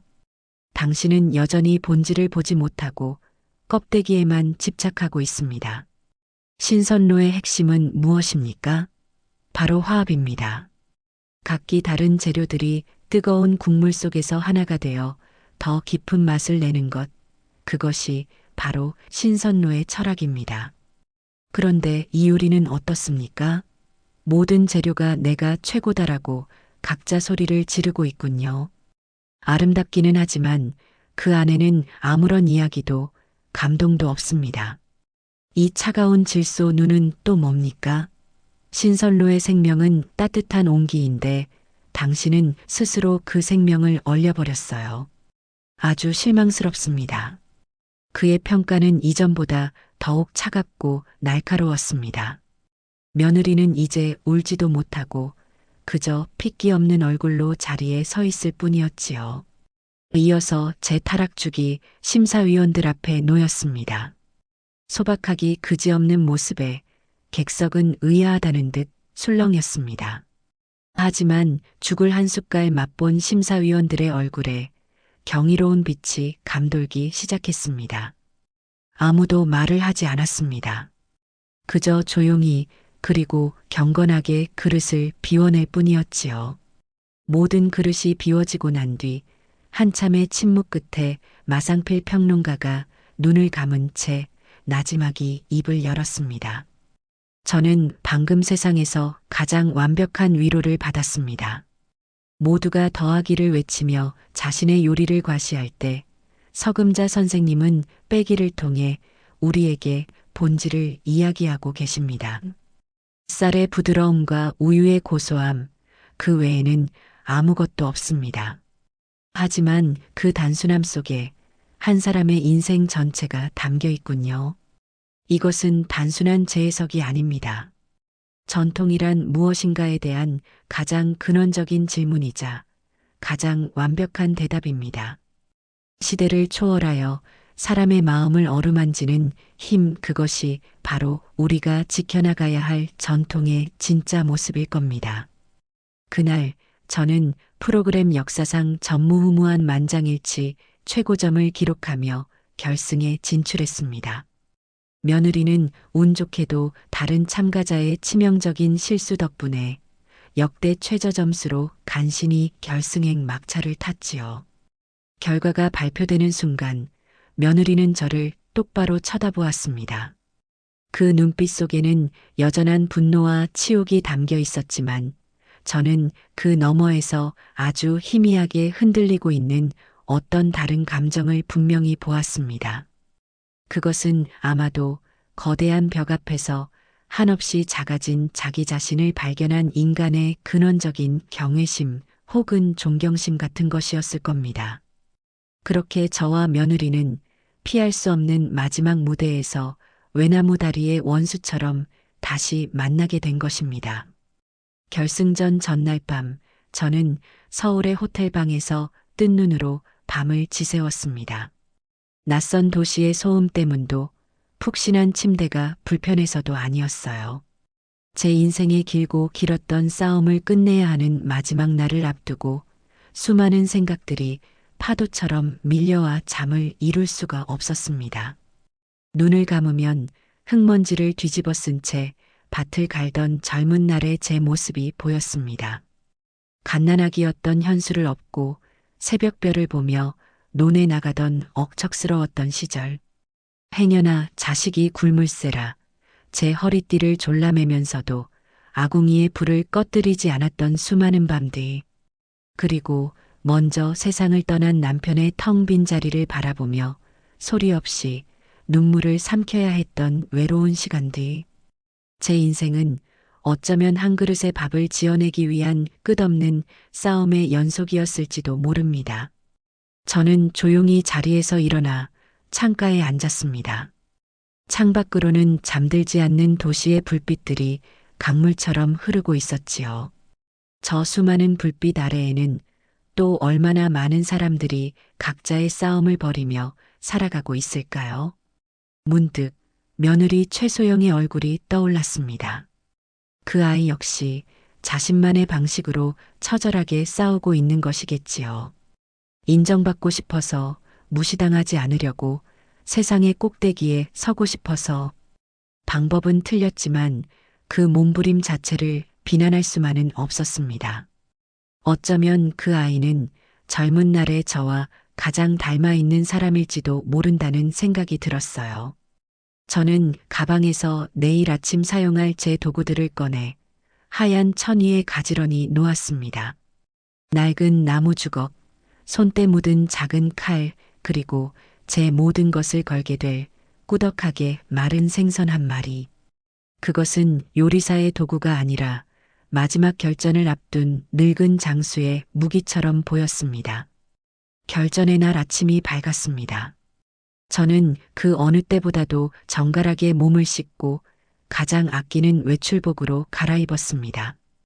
떠나기 전 아들 현수에게서 전화가 걸려왔습니다. 녀석의 목소리는 잔뜩 잠겨 있었어요. 엄마 떨리지 않아? 괜찮아? 저는 담담하게 말했습니다. 떨릴 것이 뭐 있겠니? 평생 해오던 밥 차리러 가는 길인데. 아들은 잠시 머뭇거리다가 아주 작은 목소리로 말했습니다. 소영이 오늘 새벽에 일찍 나갔어. 아무 말도 없이. 그 말에 제 마음 한구석이 서늘하게 내려앉았습니다.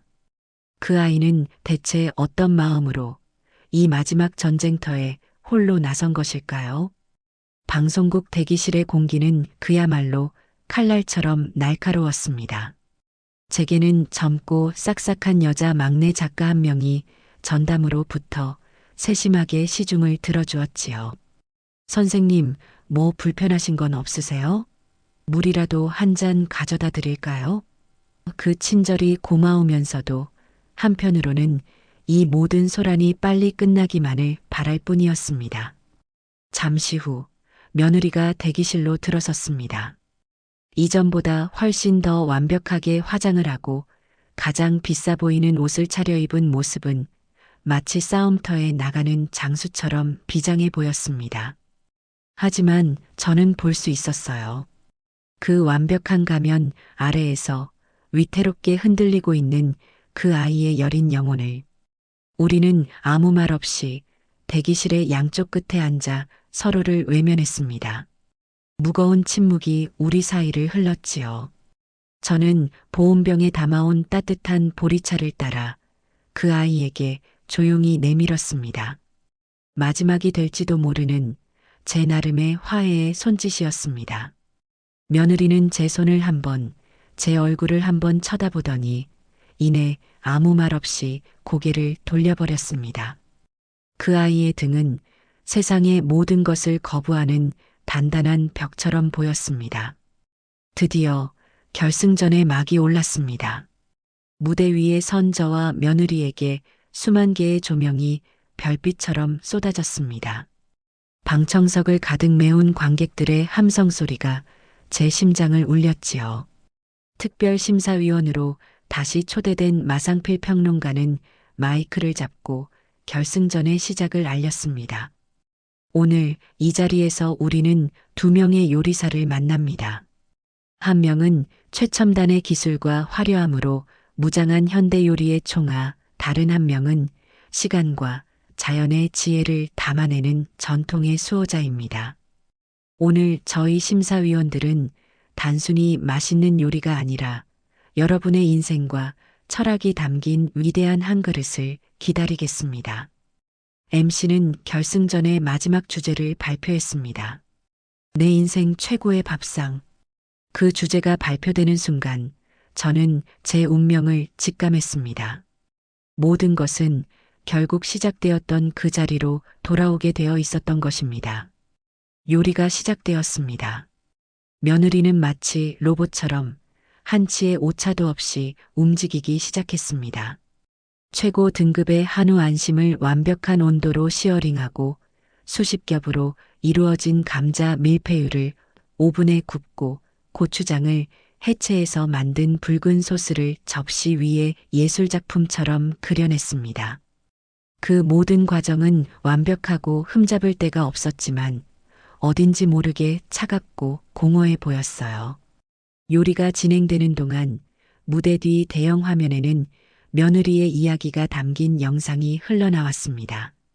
판자촌의 가난한 소녀가 세상의 멸시를 이겨내고 성공하기 위해 얼마나 처절하게 발버둥 쳤는지에 대한 이야기는 많은 사람들의 눈물샘을 자극했습니다. 며느리는 마침내 요리를 완성하고 심사위원들 앞에 서서 눈물을 흘리며 말했습니다. 이 스테이크는 제가 처음으로 제 능력으로 성공이라는 것을 맛보았던 제 인생에서 가장 눈부셨던 날의 기억입니다. 저는 이 요리를 통해 과거의 저처럼 가난하고 소외된 사람들에게도 할 수 있다는 희망을 선물하고 싶었습니다. 며느리의 진심 어린 고백에 방청석에서는 그 어떤 때보다도 뜨거운 박수갈채가 쏟아졌습니다. 드디어 제 차례가 되었습니다. 제 조리대는 텅 비어 있었지요. 저는 조용히 제가 가져온 작은 화로에 손수 태운 참숯을 넣고 불을 피웠습니다. 하얀 연기가 피어오르며 스튜디오에는 은은한 숯향이 퍼져나갔습니다. 저는 그 위에 낡은 석쇠를 올려놓고 온전히 제 손의 감각에만 의지해 불의 온도를 조절했습니다. 스튜디오의 모든 사람들은 숨을 죽인 채 이 기이한 광경을 지켜보고 있었지요. 마침내 제가 보자기에 쌓은 꾸덕하게 마른 생선 한 마리를 석쇠 위에 올렸습니다. 치익하는 소리와 함께 구수하고 짭조름한 생선 냄새가 숯향과 어우러져 스튜디오를 가득 채웠습니다. 저는 생선이 익어가는 것을 지켜보며 마이크를 잡고 아주 조용히 제 마지막 이야기를 시작했습니다. 제게도 인생 최악의 밥상이 있었습니다. 늙은 어미가 자식을 보겠다고 5시간을 달려간 그날, 저를 위해 차려진 밥상에는 먹다 남은 차갑고 비린 생선 한 토막이 전부였지요. 저는 그날 세상에서 가장 아픈 맛을 보았습니다. 그것은 단순히 맛없는 음식이 아니었어요. 그것은 무시와 모멸, 그리고 한 인간의 정성에 대한 철저한 짓밟음이었습니다. 저는 그 밥상 앞에서 제가 평생을 바쳐 지켜온 모든 것들이 부정당하는 기분을 느꼈습니다. 제 목소리는 떨리지 않았습니다. 저는 그저 아득한 과거의 어느 날을 회상하듯 담담하게 말을 이어갔습니다. 저는 오늘 그날의 기억을 이곳에서 다시 소환합니다. 하지만 제 마음속에는 더 이상 분노나 원망은 남아있지 않습니다. 오히려 그 최악의 밥상을 차려준 이에게 감사하는 마음뿐입니다. 그 지독한 경험은 역설적이게도 제게 최고의 밥상이란 무엇인가에 대한 가장 근원적인 질문을 던져주었기 때문입니다. 최고의 밥상이란 세상에서 가장 비싼 재료나 남들이 흉내낼 수 없는 현란한 기술로 만드는 것이 아니었습니다.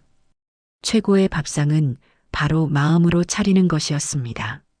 밥을 짓는 사람의 따뜻한 마음, 그리고 그 밥을 먹는 사람을 존중하는 마음.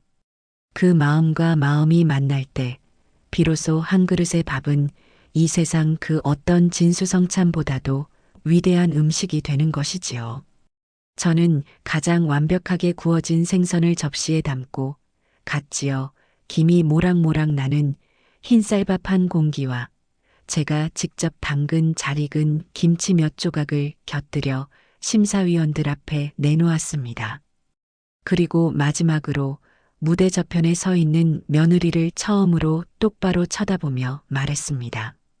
저는 이 생선 한 토막에 그날 제가 받지 못했던 따뜻한 마음과 존중, 그리고 그럼에도 불구하고 당신을 기꺼이 다시 품고 싶다는 용서를 담아 구웠습니다. 제 인생 최고의 밥상은 그 어떤 화려한 순간이 아니라 바로 오늘 이 자리에서 한때는 죽도록 미워했던 사람마저도 기꺼이 따뜻하게 먹이고 싶다는 제 마음을 깨닫게 된 바로 밥상입니다. 제 말이 끝나자 스튜디오는 깊은 침묵에 휩싸였습니다. 심사위원들은 아무 말 없이 제 음식을 경건하게 맛보았고 며느리는 더 이상 고개를 숙이지 않았습니다. 그저 텅 빈 눈으로 저를 그리고 제가 차려낸 밥상을 멍하니 바라보고 있었지요. 마상필 평론가는 젓가락을 내려놓고 눈시울이 붉어진 채로 말했습니다. 저는 오늘 한 그릇의 요리가 아니라 한 편의 위대한 서사시를 보았습니다. 이것은 음식이 아니라 구원입니다. 이보다 더 완벽한 최고의 밥상은 제 인생에 다시는 없을 겁니다. 결과는 이미 모두가 알고 있었습니다. MC가 제 이름을 최종 우승자로 외쳤을 때 하늘에서 수만 개의 꽃가루가 쏟아져 내렸습니다. 제 눈에서는 뜨거운 눈물이 뺨을 타고 흘러내렸습니다. 그것은 승리의 기쁨도 복수의 희열도 아니었습니다. 길고 길었던 제 아픈 상처가 드디어 오늘 이 자리에서 따뜻한 한 끼의 밥으로 다시 태어났다는 안도감의 눈물이었습니다. 우승이 확정되는 순간 제 주변의 세상은 온통 하얀빛과 우레와 같은 함성으로 가득 찼습니다.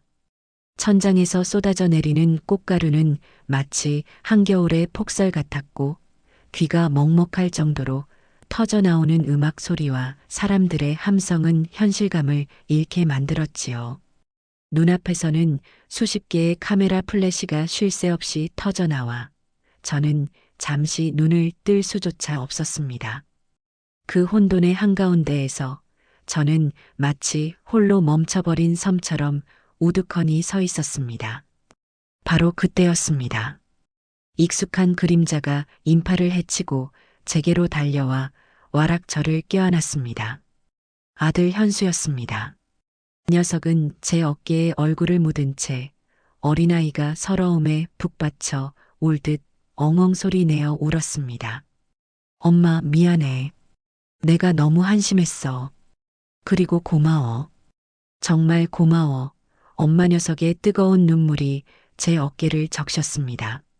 저는 그런 아들의 등을 말없이 아주 오랫동안 토닥여 주었지요. 우리가 이룬 이 소란스러운 승리 뒤에 우리가 치러야 했던 아픈 대가들이 주마등처럼 스쳐 지나갔습니다. 그 찰나의 순간 제 눈에 무대 반대편의 광경이 들어왔습니다. 환호하는 사람들과 축하를 건네는 스태프들 사이를 한 사람이 유령처럼 조용히 빠져나가고 있었습니다. 며느리 최소영이었습니다. 그 아이는 단 한 번도 뒤를 돌아보지 않았습니다. 세상의 모든 빛을 등진 채 어두운 무대 뒤편의 출구로 마치 연기처럼 스며들어 사라져버렸지요. 그 작고 위태로운 뒷모습에서 저는 그 아이의 무너져 내린 세상의 무게를 보았습니다. 승리의 환호성 속에서 저는 오히려 패배자의 깊은 고독을 느꼈습니다. 특별심사위원이었던 마상필 평론가가 제게 다가와 제 손을 잡으며 말했습니다. 선생님, 오늘 저희에게 음식 이상의 것을 보여주셨습니다. 진심으로 존경합니다. 그의 눈에는 한 인간에 대한 깊은 존중이 담겨 있었지만 제 마음은 조금도 기쁘지 않았습니다. 그날 밤 아들이 운전하는 차를 타고 호텔로 돌아오는 길은 길고 고요했습니다. 라디오도 켜지 않은 차 안에는 우리 두 사람의 무거운 숨소리만이 가득했지요. 차창 밖으로 잠들지 않는 도시의 불빛들이 상처의 흔적처럼 아프게 번져나갔습니다. 현수는 한참 동안이나 망설이다가 아주 어렵게 입을 열었습니다. 엄마, 소영이 무대 끝나자마자 바로 나갔나 봐. 전화기도 꺼져 있고 문자도 안 봐. 혹시나 해서 집에 가봤는데 없어. 장모님 댁에도 전화해 봤는데 안 갔대. 대체 어디로 간 건지 하나도 모르겠어. 녀석의 목소리는 물에 젖은 솜처럼 무겁고 축축했습니다. 그 안에는 아내에 대한 원망보다 길 잃은 아이에 대한 깊은 불안감과 걱정이 서려 있었지요. 호텔 방에 들어와서도 현수는 차마 텅 빈 집으로 돌아갈 용기가 나지 않는 듯 제 곁을 떠나지 못했습니다. 우리는 아무 말 없이 텔레비전 화면만 멍하니 바라보았습니다. 마침 뉴스에서는 방금 끝난 결승전 소식을 전하며 저와 며느리의 모습을 번갈아 보여주고 있었지요. 화면 속에서 환하게 웃고 있는 제 모습과 핏기 없이 서 있던 며느리의 모습이 기묘하게 겹쳐 보였습니다. 저는 그런 아들의 어깨를 조용히 다독이며 말했습니다. 지금은 그 아이에게 혼자만의 시간이 필요한 게야. 스스로의 상처를 들여다보고 모든 것을 처음부터 다시 생각할 시간. 우리가 할 수 있는 것은 그저 묵묵히 기다려주는 것뿐이다. 진짜 가족이라면 그 정도 기다림은 견뎌내야 하는 것이겠지. 다음 날 아침 저는 방송국에서 마련한 공식 우승자 기자회견에 참석했습니다. 수십 명의 기자들 앞에서 제 인생에서 가장 밝은 조명을 받았지만 제 마음은 오히려 더 무거웠습니다. 기자들은 약속이라도 한 듯 제게 며느리에 대한 질문을 집요하게 던졌습니다. 한 젊은 기자가 날카롭게 물었지요. 결국 며느리를 이기셨는데 복수에 성공한 기분이 어떠십니까? 저는 그 기자를 잠시 쳐다보다가 온화하지만 단호한 목소리로 대답했습니다. 나는 내 며느리와 싸워 이긴 것이 아닙니다. 나는 내 인생의 편견과 싸워 이긴 것입니다. 음식을 서열과 과시의 도구로 생각하는 세상의 그릇된 생각과 싸워 이긴 것입니다. 내 며느리는 나의 적이 아니라 어쩌면 그 그릇된 세상의 가장 큰 피해자일지도 모릅니다. 또 다른 기자가 물었습니다. 앞으로 며느님과의 관계는 어떻게 하실 계획이십니까? 저는 잠시 숨을 고른 뒤 제 진심을 담아 말했습니다. 미운 것도 한 식구고 고운 것도 한 식구지요. 부부싸움은 칼로 물베기라는데 고부간의 갈등이라고 별 수 있겠습니까? 다 세월이 약이고 밥정이 약이지요. 저는 언제라도 그 아이와 함께 밥 먹을 준비가 되어 있습니다. 그저 우리 며느리 아가가 이번 일을 계기로 세상에는 돈이나 명예보다 더 소중한 가치가 있다는 것을, 사람의 마음을 얻는 것은 화려한 기술이 아니라 따뜻한 진심이라는 것을 깨닫게 되었으면 하는 바람뿐입니다. 저는 결코 며느리를 탓하거나 비난하지 않았습니다. 그것이 제가 그 아이에게, 그리고 그 아이를 여전히 사랑하는 제 아들에게 해줄 수 있는 마지막 배려라고 생각했기 때문이지요. 그리고 저는 그 자리에서 제 인생의 새로운 계획을 구체적으로 발표했습니다. 저는 이 과분한 우승 상금을 저처럼 음식에 진심을 담고 싶지만 그 방법을 배울 기회가 없었던 젊은이들을 위해 온전히 사용하고 싶습니다. 제 고향에 정성 가득 밥상이라는 이름의 작은 요리 학교를 세우겠습니다. 그곳은 단순히 요리 기술을 가르치는 학원이 아닐 겁니다. 함께 텃밭을 가꾸고 함께 장을 담그고 함께 밥을 지어 먹으며 흙의 소중함과 기다림의 가치 그리고 나눔의 기쁨을 배우는 공동체가 될 것입니다. 밥 한 그릇에 담긴 따뜻한 마음과 사람에 대한 존중을 가르치는 그런 공간을 만들고 싶습니다. 제 발표가 끝나자 기자회견장은 그 어떤 때보다도 진심 어린 박수 소리로 가득 찼습니다. 그렇게 서울에서의 모든 공식 일정을 마치고 시골집으로 돌아왔을 때 저를 기다리고 있는 것은 깊은 고요와 함께 찾아온 거대한 허탈감이었습니다. 길고 길었던 싸움이 끝나고 나니 제 마음속에 커다란 구멍이 뚫린 듯한 기분이었지요. 저는 며칠 동안 아무것도 하지 않고 멍하니 툇마루에 앉아있기만 했습니다. 이 요란한 승리의 끝에 남은 것이 결국 아들의 부서진 가정이라면 나의 이 싸움은 대체 무엇을 위한 것이었을까? 그런 자책감이 저를 괴롭혔습니다. 며칠 뒤 현수가 홀로 저를 찾아왔습니다. 아들의 얼굴은 이전보다 훨씬 더 깊은 시름에 잠겨 있었지만 그 눈빛만은 이상할 정도로 차분하고 단단해 보였어요. 이 녀석은 툇마루에 저와 나란히 앉아 그동안 있었던 일들을 아주 상세하게 그리고 너무나도 고통스럽게 털어놓았습니다. 그의 입을 통해 전해 들은 그날 밤의 이야기는 제가 상상했던 것보다 훨씬 더 아프고 처절했습니다. 현수의 이야기에 따르면 며느리는 결승전이 끝나고 이틀 뒤에야 집에 돌아왔다고 합니다. 마치 영혼이 빠져나간 사람처럼 텅 빈 눈으로 현수가 어디 있었냐고 얼마나 걱정했는지 아냐고 소리쳐도 아무런 대답 없이 자신의 방으로 들어가 문을 걸어 잠갔다고 해요. 그렇게 며칠 동안 며느리는 방 안에서 나오지 않고 먹지도 자지도 않고 멍하니 허공만 바라보았다고 합니다. 현수는 그런 아내의 방문 앞에서 어찌할 바를 모르고 발만 동동 구를 뿐이었지요. 그러던 어느 날 밤 며느리가 처음으로 방문을 열고 나와 현수를 식탁에 앉혔다고 합니다. 그리고는 자신의 모든 것을 남김없이 쏟아냈다고 해요. 자신이 왜 그렇게 성공에 집착했는지, 왜 그렇게 화려한 것들로 자신을 갑옷처럼 둘러야만 했는지, 지독히도 가난했던 어린 시절, 늘 무시당하고 소외당했던 깊은 상처가 그 아이를 평생 동안 너는 부족해, 너는 증명해야 해라고 채찍질해왔던 것이었지요. 며느리는 본물 터진 듯 울면서 고백했다고 합니다. 나는 그냥 사랑받고 싶었어.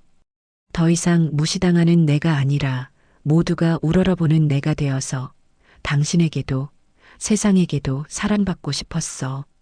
그런데 나는 전부 틀렸어.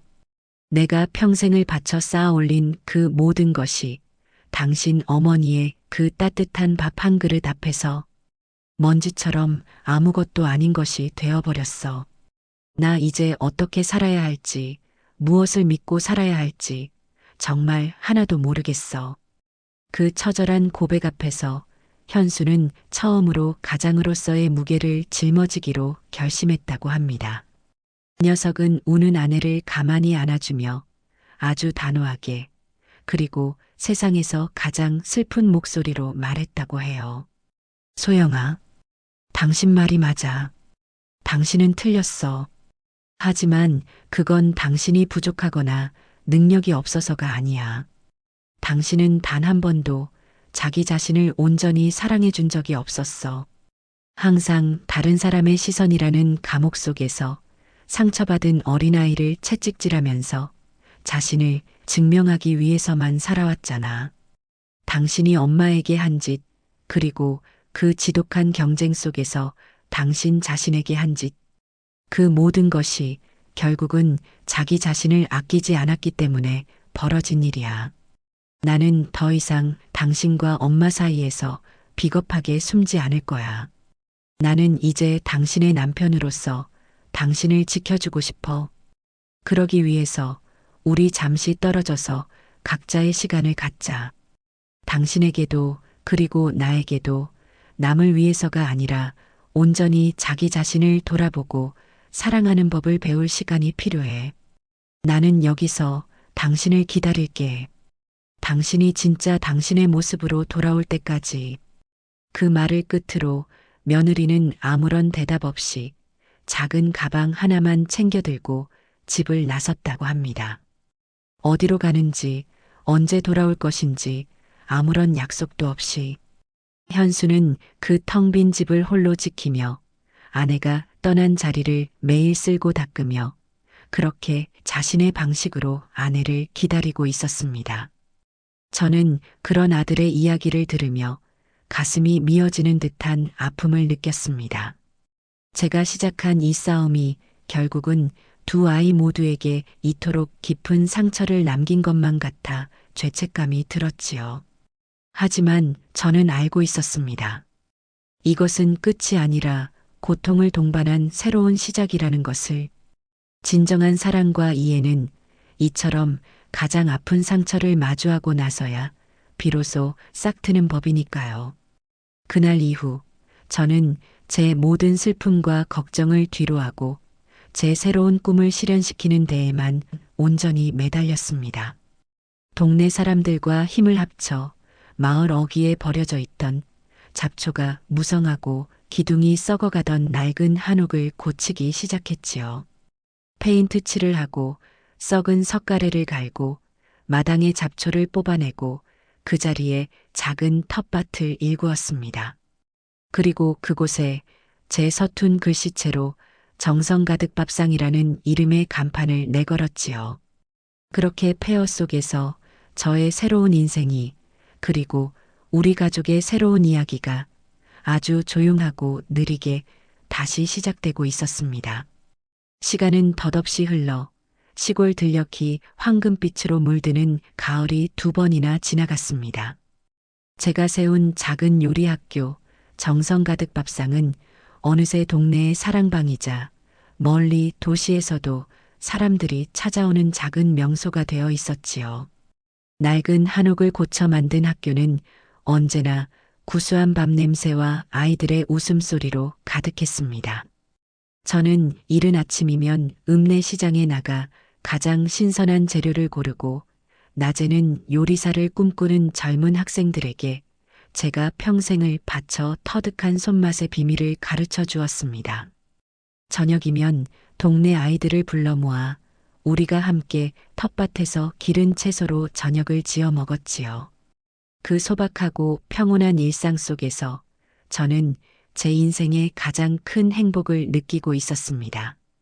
방송 출연 이후 쏟아졌던 세간의 요란한 관심도 이제는 아득한 예질처럼 느껴졌고 저는 다시 평범한 시골의 밥 짓는 할머니로 돌아가 있었지요. 아들 현수는 여전히 주말마다 저를 찾아왔습니다. 그 녀석은 그 사이 회사에서 승진도 하고 이전보다 훨씬 더 믿음직하고 든든한 어른이 되어 있었지요. 우리는 더 이상 과거의 아픈 상처에 대해 이야기하지 않았습니다. 그저 함께 밭일을 하고 저녁에는 툇마루에 나란히 앉아 말없이 저녁 노을을 바라보곤 했지요. 며느리의 소식은 2년이 다 되도록 알 길이 없었습니다. 현수는 더 이상 아내를 찾거나 불안해하지 않았습니다.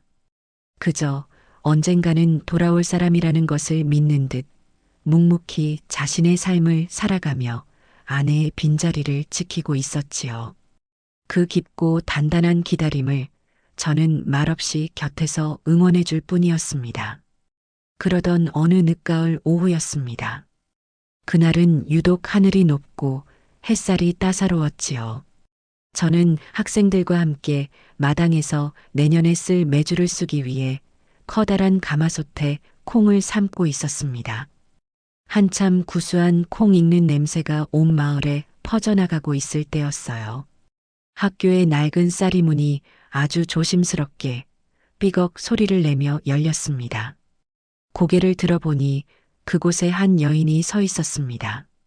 마지막으로 보았던 기억보다 훨씬 더 마르고 햇볕에 까맣게 그을린 얼굴, 화장기 하나 없는 맨 얼굴에 노동으로 거칠어진 손, 그리고 명품 옷 대신 낡고 해진 여행복 차림.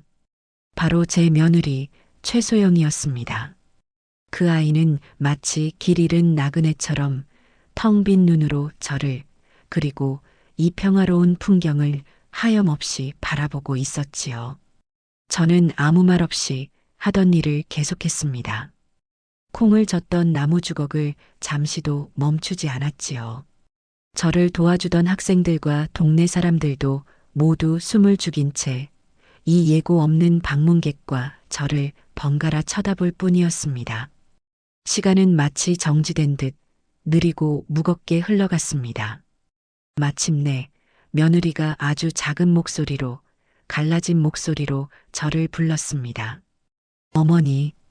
그리고는 제 앞에 다가와 털썩 무릎을 꿇었습니다. 그 아이는 아무 말도 하지 않았습니다. 그저 땅바닥에 이마를 대고 아이처럼 어깨를 들썩이며 오랫동안, 아주 오랫동안 울기만 했습니다.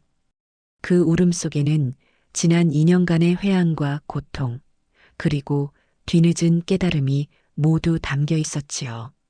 저는 끓고 있던 가마솥에 불을 끄고 조용히 며느리에게 다가가 그 아이의 등을 쓸어주었습니다. 일어나거라. 땅이 차다. 며느리는 제 말에 아주 천천히 고개를 들었습니다. 눈물과 흙먼지로 범벅이 된 얼굴은 제가 알던 그 오만하고 도도했던 며느리의 모습이 아니었습니다. 그저 길고 긴 방황 끝에 집으로 돌아온 지친 딸의 모습이었지요. 그날 이후 며느리는 정성 가득 밥상에 머물기 시작했습니다. 그 아이는 제게 용서를 구하지도 변명을 늘어놓지도 않았습니다. 그저 매일 새벽 저보다 먼저 일어나 아궁이에 불을 지피고 학교의 구석구석을 쓸고 닦고 굳은 일을 도맡아 했습니다. 저는 며느리에게 아무것도 묻지 않았습니다. 그저 묵묵히 일하는 그 아이에게 하루 세끼 따뜻한 밥을 지어 먹일 뿐이었지요. 우리는 말없이 함께 밭을 갈고 함께 음식을 만들고 함께 밥을 먹었습니다. 그 고요한 시간 속에서 우리 사이에 얼어붙었던 증오와 원망의 강이 아주 서서히 녹아내리고 있었습니다. 한 달쯤 지났을까 주말을 맞아 현수가 학교를 찾아왔습니다. 부뚜막 앞에서 묵묵히 장작을 패고 있는 아내의 모습을 발견한 녀석은 그 자리에 그대로 얼어붙어 버렸지요. 두 사람은 한참 동안 수만 가지의 감정이 담긴 눈으로 서로를 바라보기만 했습니다. 그날 저녁 우리 세 사람은 2년 만에 처음으로 한밥상에 둘러앉았습니다. 며느리가 불을 지펴 지은 밥과 현수가 읍내에서 사온 막걸리, 그리고 제가 끓인 구수한 청국장. 그것만으로도 세상 가장 완벽한 밥상이었습니다. 한참을 말없이 밥만 먹던 며느리가 조용히 자신의 이야기를 시작했습니다. 집을 나간 뒤 전국 팔도를 떠돌며 이름 없는 시골의 작은 식당들을 찾아다녔다고 합니다. 그곳에서 설거지를 하고 허드렛 일을 도우며 돈 한 푼 받지 않고 어깨너머로 요리를 배웠다고 해요. 그곳의 이름 없는 할머니 요리사들은 모두 저처럼 자신의 인생을 음식에 담아내고 있었다고 합니다. 며느리는 그분들의 주름진 손과 그 손끝에서 피어나는 기적 같은 맛을 보며 비로소 자신이 얼마나 어리석고 오만했는지를 깨달았다고 했습니다. 그리고 그 길의 끝에서 자신이 돌아와야 할 곳은 결국 이곳 정성 가득 밥상이었다는 것을 알게 되었다고 했지요. 며느리의 고백을 듣고 있던 현수가 며느리의 거칠어진 손을 조용히 잡아주었습니다. 고생 많았다. 돌아와줘서 고맙다. 나도 미안했다. 너를 그렇게 혼자 아프게 만들어서 내가 앞으로 더 좋은 남편이, 더 좋은 사람이 될게. 저는 그 모습을 그저 말없이 지켜보았습니다. 밥상 위로 따뜻한 등잔불빛이 우리 세 사람을 환하게 비추고 있었지요. 며칠 뒤 며느리는 제게 생선 굽는 법을 처음부터 다시 배우고 싶다고 했습니다. 저는 그 아이를 데리고 부엌에 서서 생선에 칼집을 내는 법부터 소금을 뿌리는 법, 그리고 가장 맛있는 순간에 뒤집는 법까지 아주 처음부터 차근차근 가르쳐 주었습니다. 제 옆에서 서툰 솜씨지만 진심을 다해 생선을 굽는 며느리의 얼굴은 그 어느 때보다도 진지하고 아름다워 보였습니다. 그때 학교의 어린 학생 하나가 다가와 며느리에게 물었습니다. 선생님, 세상에서 제일 맛있는 음식은 뭐예요? 며느리는 잠시 저를 돌아보더니 이내 아이를 향해 세상 가장 환한 미소를 지으며 말했습니다. 그건 아마도 사랑하는 사람과 함께 먹는 따뜻한 밥 아닐까? 저는 그 모습을 바라보며 조용히 미소 지었습니다. 가장 훌륭한 레시피는 대단한 재료나 현란한 기술이 아니라 기꺼이 다시 시작하려는 용기와 사랑하는 사람과 함께하려는 따뜻한 마음에서 나오는 것일지도 모릅니다. 우리 가족은 길고 길었던 방황 끝에 이제야 비로소 새로운 레시피의 첫 장을 함께 넘기고 있습니다.